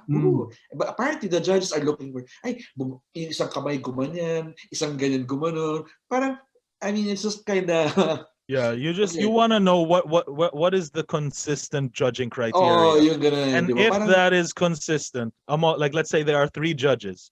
Are these 3 judges consistent in what they see? Yeah, diba? So that's another thing with like the cheer dancing. That's an incredibly tough sport. Like it is so demanding to lift another person, to do all of those routines. But again, like it is sporty, it is athletic, but is it a sport where there is clear, defined criteria of judging, and there's Yeah, no room for subjectivity. Yeah, that's where I was going, di ba? Kasi Yeah. some of these performances, when you watch them, at the end of the whole thing, talaga, woo, ang galing! You thought it was spectacular. And then when you look at the judges' scorecards, makikita mo yung kuwari, there's something na parang technically, di ba? Yun yung mga how Yeah, may precise technical their score. spins Tapos were. Kita mo ang baba, Technical. parang ngek. Parang okay, pangit ang technical. Pero in terms of overall thing, sobrang Yeah. ganda siya. So that's the parang the line between parang I was entertained, pero at the same time, yung pala, ano siya, hindi siya quality. Another Diba? factor yung position ng judges. Yeah, that's, angles kasi pa. baka hindi nila That's nakita true. yung That's lahat. true. That's true. when you involve, Hindi yeah. nasabi sa boxing eh. Kasi Diba? Hindi daw nakita kasi ibang side. Yeah, when you involve more people in the process, it gets more muddled up and it gets more difficult to ascertain. So like that's why you have people like Greco-Roman wrestling is still being done to this day because it's such a pure and easy sport. You pin your opponent on the mat for points. That's it. Yeah. And just if you the person who knows the better techniques, there will be the one to win.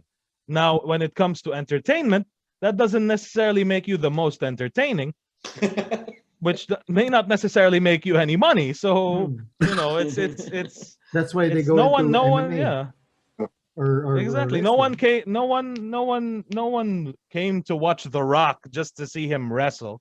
That's like that's the icing on the cake. You want the whole cake beforehand.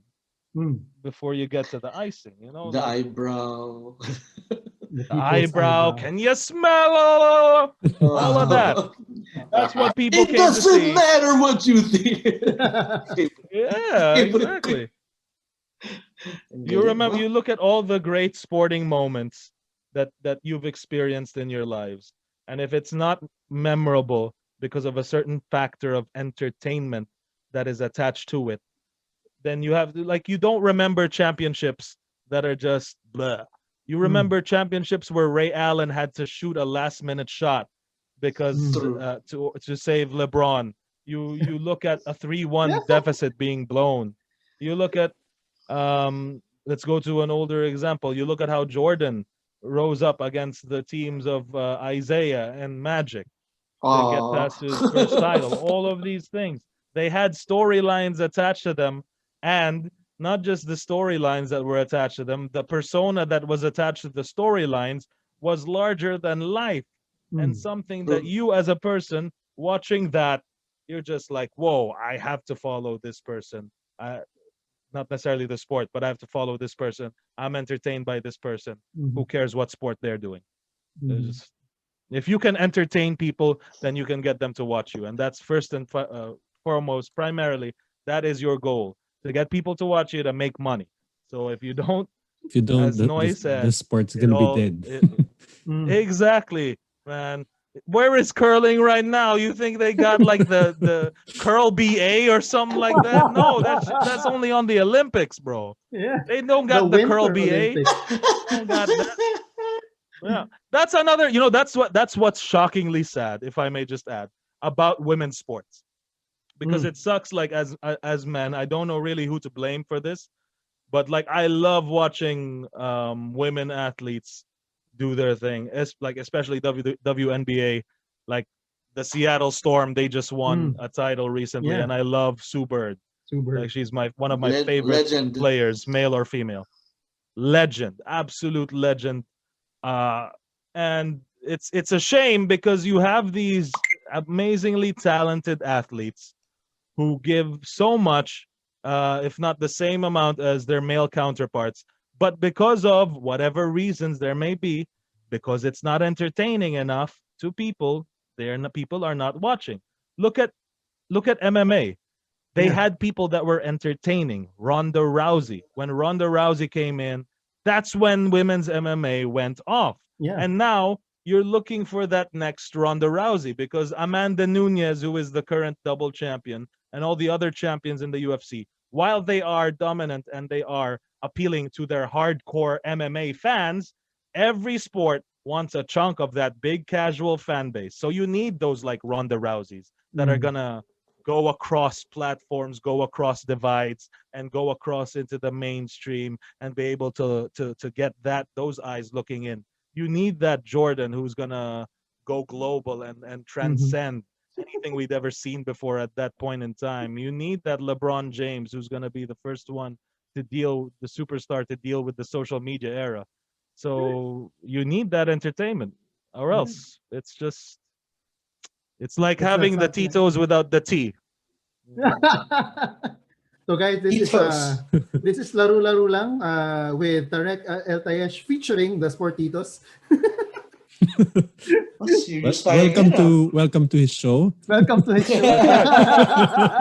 I told y'all not to invite me, man. I talk No, too it's all much. good. It's all good. Good, Worries, brother. man. No worries. Ang You can saya, come yung back big every deal, week if you yeah. want to. No worries. Yeah, of course. That'd be an honor. That'd be Ang an ganda, honor. ang ganda ng insights, no? I mean, this whole thing na galing. sports and entertainment. I mean, You're making our minds work.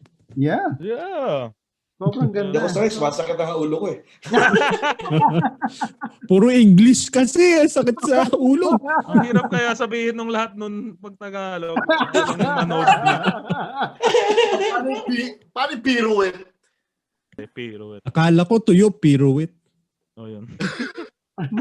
Ay, nako, grabe. Oh my God. Wala na ako ng linya. I love it. Oh my I love it. Nahawa ka na sa amin. Okay, but yeah, yun naman talaga. I mean, Tarek really gave a lot of great insights about the relationship between sports and entertainment. No? Depende sa iyo kung ano yung definition mo ng sport. But in the end, in order for sport to survive, it has to be entertaining. Kasi otherwise, wala nang manonood. Diba? Yun yung kaya meron tayong, I think that's also why If an Olympic gold medalist Kailangan ng liwanag. If an Olympian wins a gold medal in the middle of a forest alone, is he still an Olympic gold medalist? That's the only thing. Yun. You gotta have the people to acknowledge. Yun. Right. So yeah, grabe. Wow. Grabe. Harley, mind blown. Napapasabog ni Tarek ang utak natin. Sorry. It's an intellectual show. Oo. Really? Am I Ganun in talaga the yan. right show? Very insightful, no? Fake, ang wrestling pala, fake. Hindi ko alam yun. Sa lahat ng mga sportitas na nanonood. Dito kami mga sportitos. Kamusta po sa inyo? Bigyan namin kayo ng liwanag. Yun! Libro ng liwanag. Liwanag ang buhay. Yeah. Hindi po kami sponsored ng Meralco. My ultimate goal is to have them do a Meralco PSA or something. Yeah. Oh. That's what I mean when you have to like think of ways that it will appeal to mass consciousness. Like On that note, mga kalaro, this has been Karambola. Okay, punta naman tayo ngayon sa Noong Ako Ay Bata Pa, where we all talk about our favorite memories related to our topic of the week. This week, mga sportito, super simple lang ang topic natin. Ano ang favorite wrestling memory ninyo? Or this can be your favorite wrestler or a favorite wrestling event or even a wrestling memory that you had with your family or friends. Okay, so who wants to start? I remember before, I grew up with 3 cousins. I have 2 sisters. So basically we're 6 kids growing up and we only had 1 TV. So pag time na ng wrestling, I find it really hard to get the remote and put it in, I think that was channel 13 before. 13 before. Yeah. So I have to find a way na I get a hold of the remote at a certain time, just so, alam mo yun, when you have the remote, you basically have control of the TV. There's nothing anyone can do. Right. So yun. So pag time na ng wrestling, ako lang yung nanonood. So basically everyone else is just in the same room, in the same area, and they can't do anything. And you'd hear remarks all over na scripted yan eh. During that time, I pretty much knew it was scripted, but pipilitin mo yung sarili mo eh. Just so you can enjoy it na you try to force yourself to think that it's not scripted because it's entertaining for you.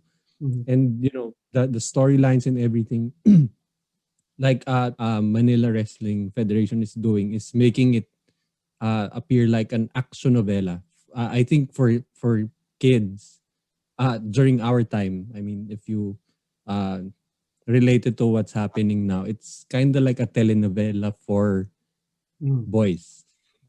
So yeah, so during that time, I think yun nga, I had to pretty much find a way to get to watch my telenovela, even if everyone around you is telling you that it's fake, it's scripted, but you're watching your own shows. Na basically, it's like telenovelas, and it's all fake, it's all staged, but you get to watch whatever you want.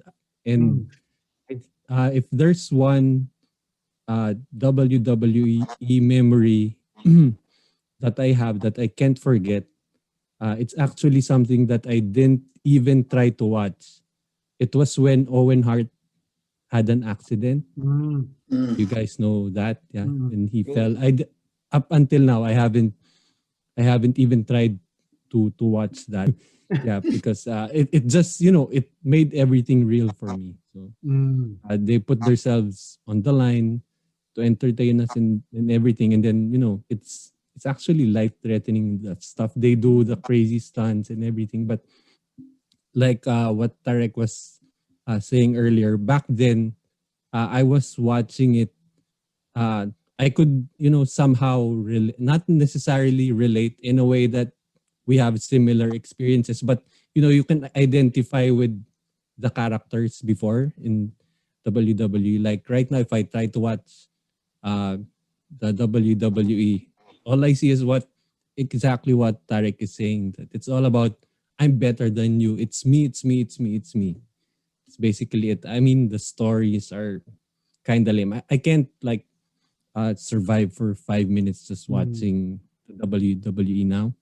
And from what I've heard from Tarek, I think what they're trying to do with the MWF is more of, I think there's a certain level of social awareness. I guess that probably comes from the fact that there's an artsy side to it, like a theater artsy side to it. And I think it might be a better approach to, people do like to watch stuff that they can relate to, like uh, what something I like watching. I mean, it's reality TV, Survivor. I enjoy watching that show. Like all seasons, I think basically from around the 20th season onwards, I've been watching all episodes. All episodes. At memoryado niya yung characters lahat. Di nga. Before. Before. Pero when it gets to the next season, I forget. I mean, the past few years, dahil nagiging tito na nga tayo, yung memory natin. So basically, yun nga, if you can identify with or relate to the person, like, inisip mo, kunyari, ito, siguro to makakasundo ko to in real life, mga ganun. As opposed to, kunyari, si Lebron, daw makarelate kay Lebron, parang ganun. Mukha ni Parley, oh. Ako, siguro I can, wrestling fan, yes, I have been a wrestling fan. In fact, the first time nagpunta dito yung wrestling Raw WWF. in Araneta Coliseum, the first time, nanood ako. Wow. Pero general admission lang wala ko. Mahal eh. Pero Gen Ad, maaga, at sa dami namin. Sa nakakatawa, talagang 6 Gen Ad, Araneta, una kayo para to try to get yung pinakamalapit sa Gen Ad na para di ba? Wala, ganun lang sila kaliliit talaga. But I remember watching I see Nick Foley. Shelton Benjamin. I think who's this? God, nakalimutan ang titulo talaga. Yung what does he look like? The Edge, the younger brother of Edge. Christian. Blonde. Christian. Yeah, Christian was over here, I think. I forgot who came over. Basta marami sila. 5 second I was talagang amazed and everything. Mga ganun.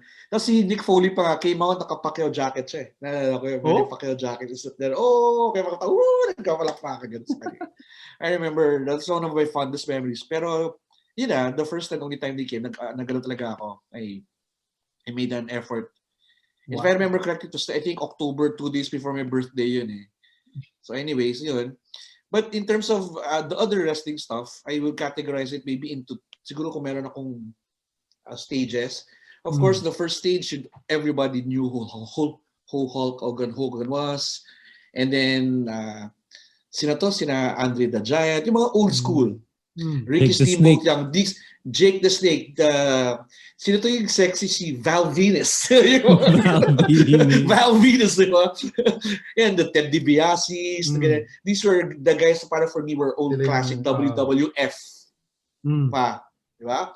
And then fast forward, and then somebody comes along, beer chugging, Austin 316, that's when I started coming back. This was the mid-90s. Steve Austin, mid-90s, maybe a little late 90s, I remember. Yun, tapos when sumikat siya, I remember I asked my brother to buy me a shirt ng Austin 316 or yung na gano'n, nag-uwi. Parang when I was walking around, people were like, oh, nice shirt. People will be looking at the shirt. Bago lumabas sa Green Hills. Wala pa sa Green Hills. Nagkaroon sa Green Hills, wala na eh. Pero no time, mga beer cans, wala na eh. Pero no time I was like, whoa. You know, pero grabe yun. So when Steve Austin came around, grabe. Impact. That impact. And then, The Rock na and everything. And then, for me, this was the golden age of sports entertainment. Ito na yung WWE. Kasi all the storylines ang galing from D-Generation X to all these other characters. Sila Chavez, sila Guerrero and everything. Everybody had their own story and it was so riveting. Sino yung tag team na may mga spike and horns? The Legion of Doom. Yun, di ba? I mean, these guys, LOD. grabe. Yun. So, and then this one, sinundan ko for a long time. Eventually, ang hirap ng sundan sa Star Movies, sa Star Sports pa sila. I was watching Star Sports, nawala sila for some reason. And Lana, that's it. The next time if I can say, I picked up a wrestling bug was when this white rapper started turning heads na naka-Reebok pump wearing iba-ibang jerseys. You couldn't see him. See me. Yo, that's when I said, uy, okay na kasi another personality came around, yung somebody na, yan ako, Diyos ko, he was a sports, mga suits, jerseys of icon siya ng sports. Nakakatawa siyang tao. Di ba? He would make jokes and everything. So yun yung parang third stage ko of watching WWE. Now, I have no idea who these wrestlers are. Tama si Tarek. My son and I, one time we were watching Does anyone know who Roman Reigns is? I've heard of him, but I have no idea. That's that's me. But that's their biggest star right now. And he's like one of the most unpopular with the crowd, diba? Yeah, but now they turned him into a bad guy. So now people boo him. Yeah. Tsaka, I tuned in once. Walang tao, di ba, sa crowd? Nakakatawa. Yeah, the Thunderdome. Sometimes the rest would go ganun to the crowd. Yung walang crowd, di ba? Walang crowd. Ngayon, the other day naman, I tuned in. May story sila. Yung the family of, who's this guy na lagi nakamask? Rey Mysterio. Bray Wyatt. Ay ba? Rey Mysterio, yeah. Apparently, meron siyang junior who's also a wrestler. Ngayon, even the daughter... That's the best story they have so far. Yeah, diba? Even ngayon, the daughter apparently is seeing one of the rival wrestlers or something like that. That's what I want to see. WWE SmackDown Live? Yeah. Yan na. Aabangan na ni Harley. Titong-tito ka talaga. Titong-tito ka talaga. Kalawang very tito yan. 10 o'clock bukas. Okay. Nalagay na sa kalendaryo pala. Ikaw na, Farley. Farley, ikaw naman. Sa akin, yun lang. Yung mga nabanggit nyo, like, ako pinakagusto ko si Hulk Hogan. Nung time na yun. Kasi, lalo na, lolo mo. Hindi, maliban sa lolo ko, hindi, big Rocky fan ako eh. Okay. Lumabas siya doon, di ba? So, lalo ko siyang in-idolize, gano'n. Rocky 3. Rocky 3. Talaga? Hulk Hogan. Thunderlips. Thunderlips ang role niya. Sylvester Stallone. Para sila lang exhibition match sila ron sa... Dito na... Exhibition match lang. For charity, kunwari. Charity. Also, Rocky started hitting him. Si Hulk Hogan. Binuot si Rocky. Mahirit si Parley. Hindi na to ganun. Hindi ko nakita si Charity. For Charity daw. For charity. Yeah, Wrap tapos, Wrap Hindi, up, nalito wrap ko up. doon sa ano eh. Like yung Steve Austin na sinasabi ni Gary kanina. Alam ko yun, $6 million man, di ba? Sino akala sa $6 million man? Sabi ko na eh. Honestly, Farley, nung unang lumabas yung name na Steve Austin na yon, akala ko talaga $6 million yung persona man, na $6 million man. Exactly. Yung pala talagang hindi pala talaga, yun yung pangalan talaga niya. Tapos D16. Kaya ko na Hindi ko alam Yeah, mga yeah. pinag-uusapan niyo. Kaya ako nalito eh. Medyo nag-giveaway na yung age ng ano. Like, Yung dalawa. Kwento ng lolo ko yun. Dalawa. the problem is, Noy, alam ko kung ano yung $6 million man na yun. Nung tatlo. Alam ko kung ano yung pinag-uusapan nila eh. Hindi nakakatawa kasi every week. No, every week kasi. But I'm not gonna mess with topic you, dito man. No, every week kasi may topic dito na naikwento ng lolo ko eh. So, tiga ako eh. Close ako sa lolo ko eh. Oo. Yun, so, ay di, Guy, yung sinasabi mo bang wrestling sa Araneta, yung mga 2004, 5? Ay, matagal na yun, pare. Basta yung first time nilang pumunta dito sa Pilipinas. Nandun ka rin? Nanood ako eh. Nanood ako nun. Nanood ako, tapos nakalimutan ko yung wrestler na nahawakan namin yung kamay. Wow! Kasi nandun kami sa daanan. Like, Wow! Dugout. So, inabot-abot niyang ganun yung kamay. Kami nung pamangkin ko. Tatabi makikipag-high five ka. Ang problema, hindi mo kilala kung sino. Oo nga. Hindi, nakalimutan ko na kasi nga hindi ko masyadong fina-follow. Sinamahan ko lang yung pamangkin ko. Nakakuha ko ng tickets. Basta that was the first one first time ever. Kasi they've been back once na Several times. Nagpunta pa nga sila ng Cebu eh. One funny coincidence is that I met yung head of creatives namin dun sa MWF, si Mikers Litton, yung sinabi ko, who now goes by Veronica Litton. That's her name. And yeah, yung I met her back there after one of those shows. Nag-meet lang kami outside when we were waiting for the bus of the wrestlers to exit. Ganun ako kalala na fan. I would go to the back and wait for the people to exit just so I can wave at them or whatever. Wow. So yeah, it was we met there, we started talking and we became friends on Facebook dahil doon, and because of that we got connected to the PWR thing and then to MWF. So MWF. that's funny how, you know, like destinies and all of this stuff can happen. Ako naman, kasali ako dito. Okay? Yung sa akin, yung pagiging wrestling fan ko, it was really overshadowed by my being a basketball fan. But I was a fan of a couple of wrestlers talaga. May specific wrestlers ako. And I think at a certain point in time, tayong lahat naging fan tayo ni The Undertaker. No? Of course. Ibang-iba kasi talaga yung character ni Undertaker eh. I choose to forget his biker face. I only want to remember him as that supernatural person who yung midlife crisis face. Yung midlife crisis face niya biglang naging biker siya. Ayaw na niya maging albularyo / Undertaker. Gusto na niya maging biker. Biker na siya. Ayun, I choose to forget that. Pero yung I mean, it got to the point na ako tinatry ko nung bata ako, tinatry kong gayahin yung ano niya, yung magahat, tapos pag ganun, yung nawawala yung itim ng mata. Yun. Wow! Dude. Yun, tinatry ko yun dati. Hindi ko na, parang siguro feeling ko hindi ko na kaya ngayon. No? Pero yun, as in, ganun ako na, fan talaga ako niya. And just like, na kwento ko to sa inyo Gary before na, I would make small figurines of basketball players with plastic clay. I actually would make plastic figures of The Undertaker. Sino po ba yung mga ginagawa ko nun dati? The Undertaker, yun yung mga sikat nun. Sila Shawn Michaels, Bret Hart. Yun yung ano ko na parang, ikaw, Gary, you skipped that era of wrestling. You went from Hulk Hogan to sila Rock and Steve Austin. Ako, doon ako naging fan talaga ng wrestling. Yung sila, the Bret Hart, Shawn Michaels, Undertaker, yun yung mga ano ko eh. Yun yung mga The British Bulldogs, mga ganyan. Bulldog. Yun. Rowdy. Yung na-mention kanina ni Tarek, Roddy. isa pang wrestler na sobrang naging idol ko din, si Razor Ramon. You know, yung the buzzsaw. Yan. I would walk around with a toothpick in my mouth.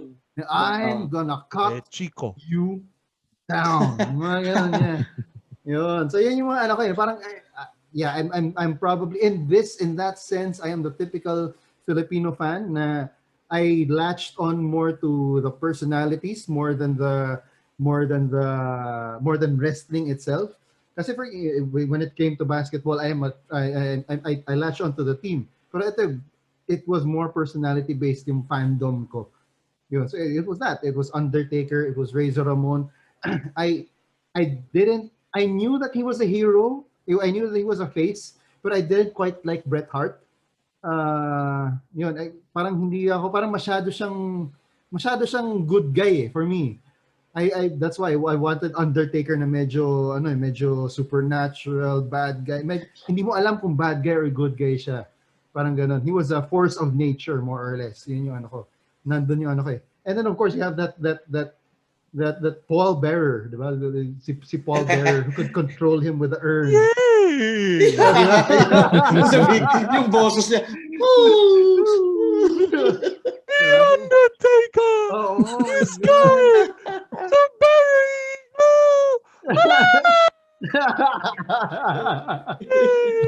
Yun yung ano, I mean, it was that era of that Oh my era. God. That was my like elementary to high school days. Yun yung ano ko eh. Yun yung ano ko, I mean, yun yung fandom ko ng wrestling. And that's my those are my memories of wrestling. Yun. And I remember I had this friend, no? I had this friend from elementary and high school. Siya yung sobrang fan ni Bret Hart. Na tipong, sharpshooter kita, ganyan. Para kami, wag na. The Hart Foundation. Oo, di ba? Yun yung ano niya, sobrang fan siya ni Bret Hart. Tapos sharpshooter niya yung mga mas maliliit. Kasi medyo maliit siya compared to everyone else. Kami, Canadians ka pala yung mga yan, ano? Oo. Kababayan mo sila, Gary. Kababayan ko. Feeling. Yun. Ano mga? Actually, na-skip ko na, pero nag-crossover din sila ba? Naabutan pa rin nila sila.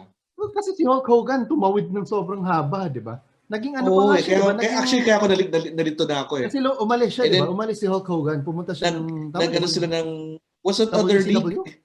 TNT. Sa WCW. Oh, di ba? Yeah, I remember WCW naman. Sila yung parang kusana yung mga has-been. Doon naglilipatan lahat sa kabila. I mean, they were all pretty old when they were there. Yun yung si Hulk Hogan yung naka-black na, yung black na yung ano? Black. NWO. Dallas Page. New World Dallas Order. Page, who teaches yoga now.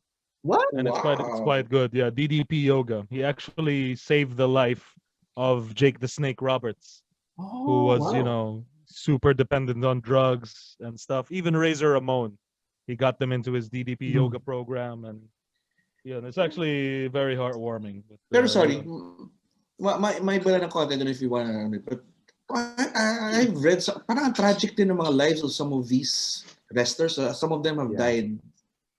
It's a tough life. Violently, suicides.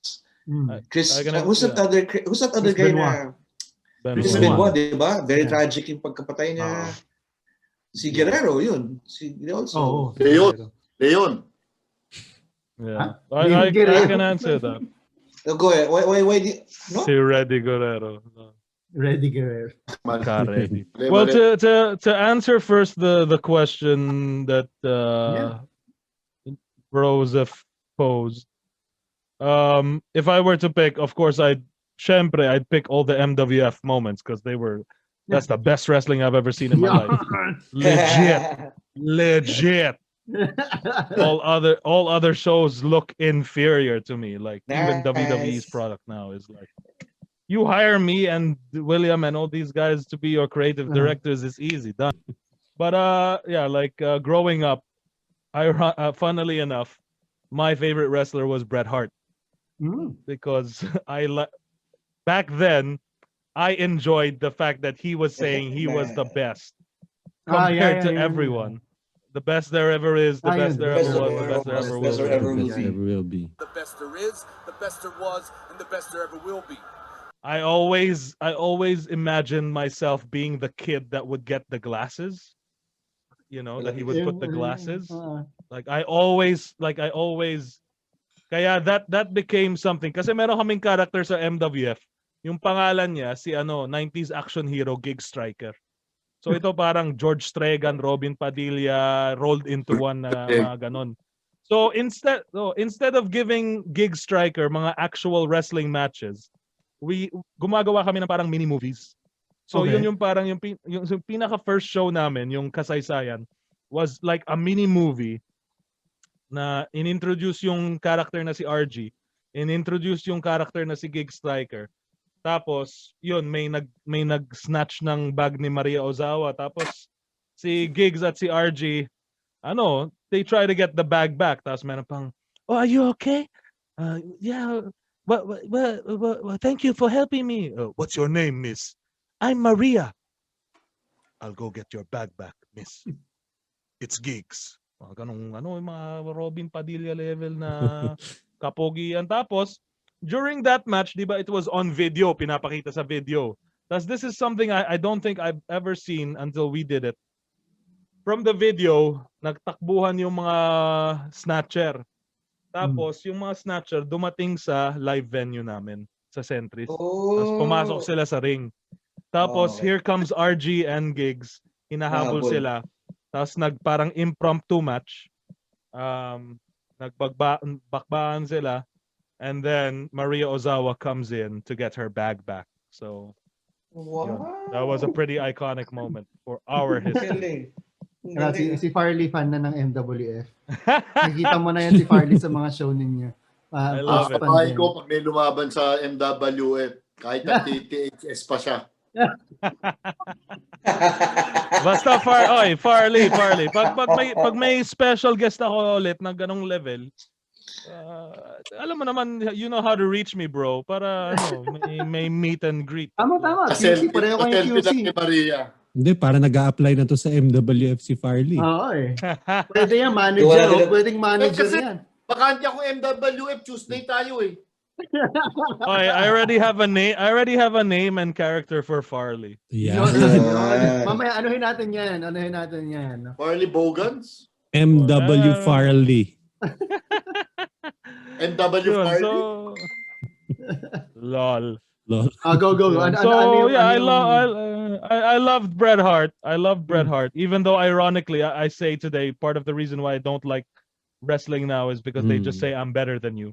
But when Bret Hart said it back in the time, and when you were a kid, and seeing how he looked so little compared to everyone else, and he was just beating people based on his technical skill and ability, I was like blown away by that. I was like, oh my God, this is this guy who just says he's the best. He really thinks he's the best, and he's gonna do everything technically within his power to be able to win. I enjoyed that, and I loved Chris Jericho. The Walls of Jericho. Walls of Jericho. He's still one of my favorites because of how, like in wrestling, I look at certain performers and I think of them like character actors. So if you have your matinee idols like sila The Rock and then you need yung mga character actors mo like sila Val Venus, Chris Jericho. So see, Chris Jericho is like one of the most Y2 well-rounded. Y2J. He can be a good guy, he can be a bad guy, but the most important thing is, as good as he can go in the ring, he's even better just talking to you. There was one time when he returned, Chris Jericho, after being away for like a couple of years or 2 or 3 years. Oh, break the walls down! Everyone's going crazy. It's Jericho! He goes to the ring. Then for 10 to 15 minutes, he doesn't say a single word. Anong ginawa? He holds the microphone and he's about to say something. He's like, Wow. I'm back. Hindi siya makapagsalita. He doesn't say a single word. Like everyone is waiting on bated breath kung ano yung sasabihin niya. For 10 to 15 minutes, he just goes around, just celebrating, high-fiving with the fans, stalling as much as he could. And then when he's about to say something, he just drops the mic and walks away. Wow. Galing. And then, imagine being able, as a performer, to have that ability to be able to hold an entire audience, tens of thousands of people, and millions of people watching around the world, The millions just holding watching them it. hostage with nothing, with just body language. Oh, meron ako hindi na-mention na gustuhan ko pala panahon mo yun, Chief. Sean, the Heartbreak Kid. Oh, naman. Sweet sir. chin Naman, music. nakalimutan natin lahat yun. I think I think. You think I'm sexy. He sang that song. He sang talaga? that song. I remember. Yeah. There were two versions of that song. One that he sang with sensational Sherry Martel, Ooh, sensational Sherry. who was providing the female vocals, and then the other one was just I think it was just him. And then he good. crossed over naging Generation X, di ba? Yeah. DX. Yun. DX Kaya with na- sila ang Kevin galing. Nash, That Triple H. that came from X-Pac. real X-Pac. life situations affecting the fictional ones. So that's a lot of wrestling. Like another problem I find with wrestling is that it relies too much on the shared history that is created within the bubble of wrestling. So instead of like for example, kilala mo si Randy Orton. Ano, meron siyang history with John Cena. So instead of creating a new storyline, it relies too much on stuff that happened before to fuel the current storyline. So that happens sometimes in wrestling story, which is not a bad thing, but like for me, if you're approaching something new, what are the new motivations or the new, like, pwedeng panghugutan or pwedeng kapitan ng mga manonood? Yung ano, and that's yun, Bret Hart. What were we talking about before? Yung ano? Who cares? Favorite. Who Yeah, cares? I mean, we're titos. No. We're No. titos. Like before I answered. The deaths. Yeah. Oh, the death. Tragic, Yeah, the okay. tragic Oh, yeah. endings. You have to look at it from like the perspective, if you're a wrestler back in the day when they were like during the 50s and 60s, during that history, they still considered it as a sport. So people were still doping sometimes, to have to look for the physique of the body. So that continued, and there were not a lot of like programs in place to ensure the safety of the wrestlers, because all of these wrestlers are independent contractors. They're not like employees that are subject to benefits like health insurance and stuff like that. They have to pay for their own health insurance. So if you're not, you make money as a wrestler per show. So if you're not doing any shows, you're not making any money, and that money runs out. So when you have this, and I've taken bumps inside the ring, meaning I've fallen, and just falling. One time I did this training session where I learned the basics, and I was sore for 2 weeks. I was literally sore for 2 weeks. I couldn't move for 1 week, and I was sore for the week after. It hurts so much because you're training your body to absorb and to do something that it's not trained to do. You're training for it to get hurt. So you can do it as safely as you try to, but it's not always going to end up being that way. So you have people then, the wrestlers back then, living the fast and heavy lifestyle, they get addicted to painkillers because they're in lots of pain. And when that pain is gone, or when the tolerance gets higher and all of these things, it leads to all sorts of complications, the heart, the lifestyle, and you have just a lot of people from that era, from that generation, having to deal with those issues as they grow older. A case like Chris Benoit, where he's getting a steel chair to the head multiple times in his career, is gonna cause some internal brain issues, and is what people are saying may have happened, that led to him doing what he did, not just to himself but to his family. Yeah. Yeah. So Grabe yun. yeah, it's crazy. You have movies like The Wrestler showing The that Wrestler, kind yeah. of lifestyle, Yeah. because it really is. Unfortunately, it's a cliche how common it is among wrestlers, and you know how it is. Like if you're a performer, or if you're doing something that's so, um, alam mo yun, parang it's ephemeral, man. Like you just, di mo siya, it happens and then it's gone. Mm. You can't get that high like anywhere else. No drug in the world is going to give you that high. Joseph knows about this. Whenever we step out on stage, there's nothing like it. There's no drug in the world that's going to give you that rush of energy. And it's the same thing if you're a wrestler, the same thing if you're an MMA fighter or anything like that, where the spotlight is on you. Once that spotlight is gone, what are you going to be when the lights are no longer shining bright? So that's what happened to all of these guys. It's great now that WWE has a sort of wellness program where if you get caught using illicit substances, you have infractions, and if you get 3 infractions, you're out. So a lot of people are healthier now. A lot of people, as with all sports, know how to take better care of their bodies. So they're gonna have longer careers and healthier careers, which everyone wants to see, obviously, when it comes to contact simulation, just such as this. Yeah. I was gonna ask about that. Kamusta na ang kamusta na ang state ng Kamusta Kapafeds, charot? Yeah. Yun, Kapafeds, meet mga kalaro. Yes. Episode natin this week. I love it. Kapafeds meet Kalaro. And explain ni Tarek exactly why hindi ko trinay maging famous eh. Yeah. Baka hindi ko mayata ma-handle eh. So Hey, it's tough living being famous, man. Like you. Yeah, like like this guy. like Farley.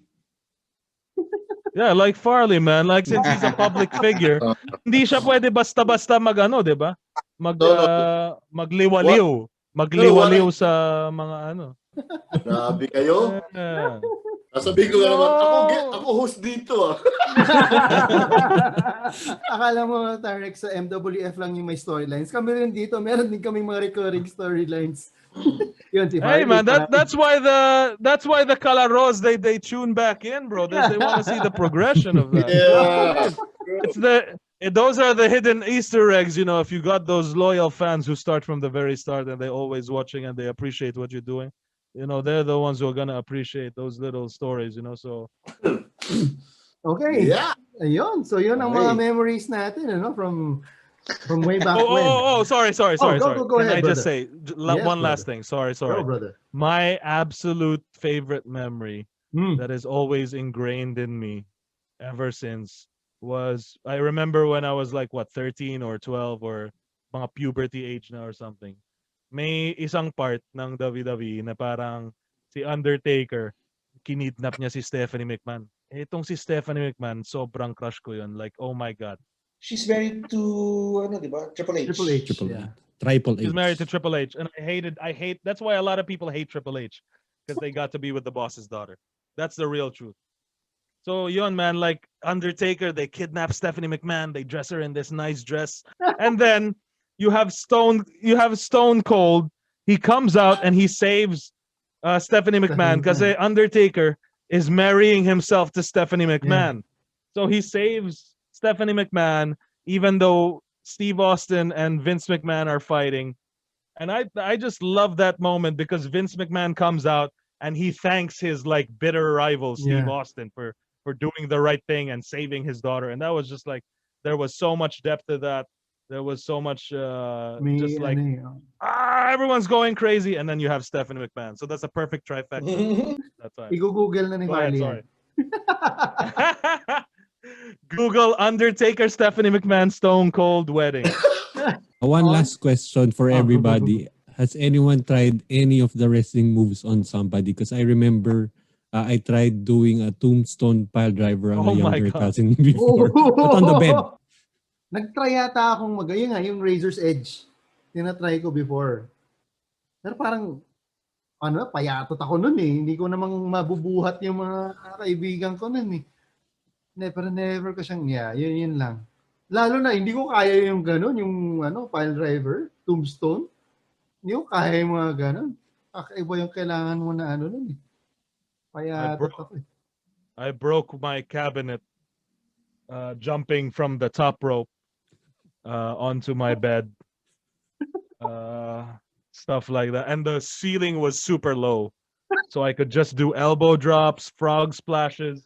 So not only did I break the cabinet, it was my study cabinet, which I would get up on, and then from here jump onto the bed. I also broke the bed. So, and then I would get my face kicked in. I got my face kicked in, sweet chin music, na Shawn Michaels style, because I was with my cousins, and I got a bloody lip for that. I always love putting people in the sharpshooter because again I was a Bret Hart fan. But it's always such a dangerous move because if you slip, and if you're still holding on and then you fall back, you're breaking the person's back. Yeah. So those were the kind of stuff I enjoy doing.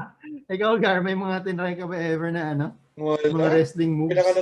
Pinaka-try ko lang the people's elbow lang, pinakamadaling gawin eh. Diba? Gagano ka lang eh. O yung mga papalakpak ka. Meron pang yung babaw sa ropes, di ba? Oo, kaya nga. Pero, tapos naisip pa rin jumping, hindi na lang. Naisip ko na kung ano magandang pangalan ni Farley. Ano? Darak. Anong spelling ng... Anong spelling D-A-R-A-K. ng... Pagkain ng baboy, darak. Darak. Since na-open up ni Ninoy, ayun, Tarek, what is your, what would Farley's wrestling name and persona be? Okay, so I would, if I were debuting him, I would debut him in MWF as a sort of a hashindero type, Wow. like slave owner guy, and then I would call him, he always thinks that he has a chance with the ladies, so I would call him Dom Romantico. Dom Romantico. Tapos may hawak na brandy, no? Tapos Brandy, may hawak na brandy, may cane, tobacco. So parang imagine just like this slave owner guy, and then all his wrestlers are his slaves, quote unquote. Diba? Manager. Pwede pang manager to si Farley. Si Dom Romantico. Tapos for short, ang tawag sa kanya si Papa Dom. Si Papa Dom. Papa Dom. Finishing move, Domantico. Yo, Romantico. Di ba? Pwede ring dominasyon. Yeah. Ganun, diba? See, it's fun coming. That's half the fun of wrestling is coming up with the names and and the things and the names for the moves. Ganun. Farley, alam mo na. Meron ka ng career sa NWF. Farley, yung finishing move mo. Gym na ako bukas. Move niya, sarap, no? Sarap i-visualize. No? Ay. Dom Romantico. Yun yung song niya. Ay. Ginagawa ka na talaga ng character ni Tarek. Buo na yung storyline mo. Kailangan mo na lang mag-sign. Yun na lang ang kailangan. Just sign on the dotted line. Usapin niyo muna yung manager ko, si Gary. Di, pati ako may persona na sabay tayo. Tag team. Ako yung taga-buhat ng clutch bag mo. Siya pala yung accountant mo. Ako yan. Tapos pag nagsalita ka, parang si Paul Bearer. Tito Farley! Kanya, Domers! Uy, Domi! Paul Bearer. Character work lang yun. Kasi mahabang bird ko like yours kaya mataas boses Ganun pala. Mahabang bird mo Birds of the same feather must go for the same bird. Birds of the same feather are the same birds. Bago pa mapunta kung saan-saan tong mga kwentuhang tito na to. And Yeah, now, Para yung segment 3, dito muna tayo sa 2. ayaw mo na. Sige, okay. Tama na. Tara.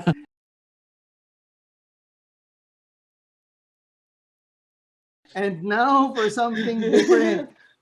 Okay, let's play Tara Laro tayo. For this segment, Tarek, so the three guys, Farley, Gary, and Noy, will answer a quick trivia game na I put together about the Nice. topic.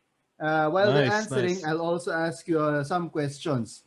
Tara Laro tayo, Wrestling Edition. Woo! Yan na. Alright, yeah. Question number 1. Oh no, kinakabahan ako. This Filipino-American started out as a wrestler in the WWE Oy, alam and ko is to, now alam ko to, making alam ko his to. name as an actor, having portrayed the character Drax in the Marvel Cinematic Universe. Mabait si Chief K, madali to Dante Basco, Lou Diamond Phillips, Dave Bautista, or Manny Pacquiao. I will type the word go before you can type your answer, and go. Manny Pacquiao. Bonus points. Bonus Nakita mo ata yung sagot ko. bonus points to anyone who can name his wrestling name But and spell it Batista. correctly. Batista. Batista. Batista Nice. Bomb. Yung Dom name Romantico Bomb. Dom Romantico ba? The answer is Dave Bautista. Si Dom Romantico ay para sa lahat. Yeah. Sang tunay. Bautista was Nalalaki. known as Batista in the WWE and continues to portray the character Drax the Destroyer in MCU films. Hindi ko na natanong yung question ko kay Tarek, you know? Sobrang tayo natuwa kay Dom Romantico. Okay. Okay, let's just go on to the question. Yeah, go Number with it. two. Go with it. Okay, the question is, which international wrestling star guested in MWF 8 on May 18, 2019? A. Tajiri, B. Rey Mysterio Jr., C. Sheamus, or D. British Bulldog? And go. Kung narinig niyo yung kwento kanina, 6, 5, 4, 3, 2, 1. ito yung tanong ko sa'yo, Zero. Tarek. Medyo nagkaroon kayo ng magandang bond with this with this international star. How did it feel like? Kasi pumasok na naman yung sagot nila. How did it feel like working with such a WWE legend such as the answer to the question? It was really eye-opening because of the level of professionalism that the person brought. And unfortunately, you can't help but compare it to the level of professionalism that you see locally. And at that time, I found the level of professionalism locally to be lacking severely because there were just a lot of people who didn't just go about it the honorable way. So when you meet someone like, and the answer is, should I say it? Tajiri. Oh, there you go. Go. Yes. So when you meet someone, when you meet someone like Tajiri, who is just like, para rin siyang Dom Romantico men, pero ibang level eh. Ibang level na ano eh. Ito talaga is like, it just made me want to wish that everyone working locally and regionally had the same level of mindset as Tajiri, because you have, for example, and I'll make this quick, you have me who is a novice doing this wrestling thing, but I'm telling Tajiri what I want to see with confidence, with this assuredness, and he says, okay, you boss. You boss. Wow. Sobrang lakas ng And he's professional talaga. Yeah. It's a level like, and we got along. We became friends. You know, like we had things in common, and you know, like I never talked to him like I was a fan. I never talked to him like I wanted anything from him. Like I just talked to him like he's a human being. And this is one of the advantage we have, Joseph, when we meet. Like, you know, because because we are used to it. We are, sometimes people they get starstruck, so they don't know how to talk. I always think that people get starstruck when they meet me. That's what I think. So that they, I don't get nervous or anything like that. It's like you should be honored. You're meeting me. You cross paths with me. How lucky for your life. Amazing. Oh, I think that you and Farley have that in common. of course. People think that they're lucky that they meet Farley. When you got that when you got that romantico gene, man, it's like wow. Medyo hawig ni Farley si Tajiri. Kadiri? He's 50 years old. Oh, sakto. He's 50 years old and he's still performing at a high level. I watched some of the He videos turned that you have 50 on when he Brand. was working with us. Grabe. Yeah. Pa rin yung ano niya. And he doesn't do anything fancy. He just keeps it simple, and it's all psychology. It's all fight psychology. It's all just it's incredible. One of the greatest experiences I'll ever have is to have worked with people like Tajiri and Ho Lan. Nice. Absolute professionals. These guys were people that came from WWE, and they have more humility and professionalism than some people locally who haven't achieved anything. It's astounding. It's astounding sometimes. Wow. Yun lang. Thank you. Parang tuloy ako eh. Hindi ko na kasi nakita yung mukha ni Romantico eh. Kaya yun na umiinit ulo. Question number 3. This wrestler is the youngest WWE champion at 25 and was also a heavyweight champion in the UFC later on. A. CM Punk. B. Ken Shamrock. C. Hulk Hogan. D. Brock Lesnar. And go. Ay, nako, ewan ko. Hindi ko makita ano. 6, Partida na yan. 5, 4, 3, 2, 1. Okay, reveal naman natin ang answer. The answer is Brock Lesnar. Yun. Tarek, in your own personal opinion. Although Ken Shamrock, if I may just say, Ken Shamrock actually won the heavyweight championship beforehand and then moved to WWE. So that's parang baliktad sila, diba? But in your opinion, where does Brock Lesnar fit better? WWE or UFC? WWE. Because he makes more money there. And he's not gonna get hurt for real. Yeah. I mean, he'll get hurt, but he's not gonna get hurt like he could get knocked out or have his liver punched after removing 10 feet of colon from diverticulitis or whatever. So and then try saying that really quickly. Diverticulitis. Wait, he got diverticulitis? Yeah. Is that why he has a the parang sword? tattoo? Oo. No, that was beforehand. He got that before. Okay. So, yun, I mean, Brock Lesnar works so much more in WWE. And then, they actually did it after his run with UFC. They brought him back to WWE.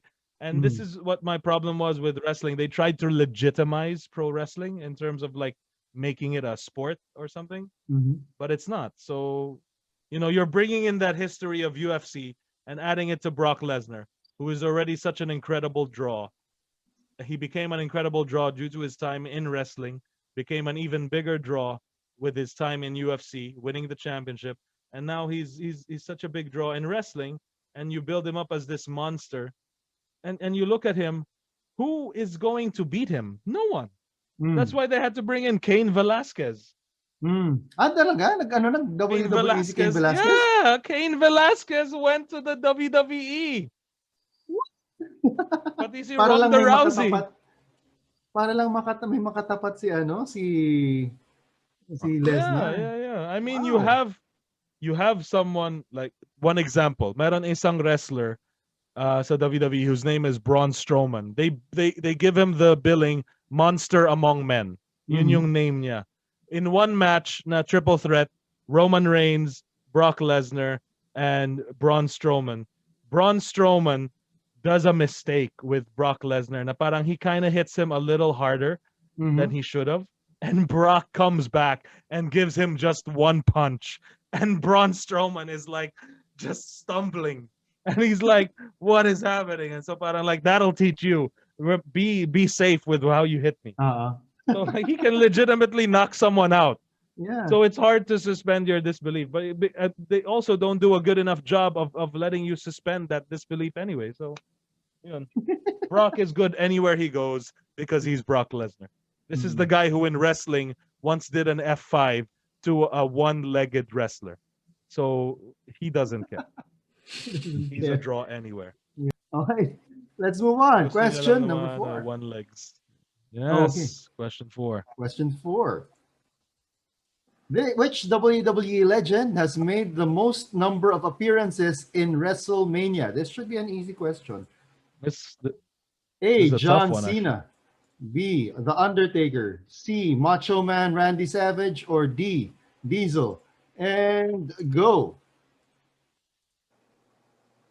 Wala, bumabalik ka. Tito.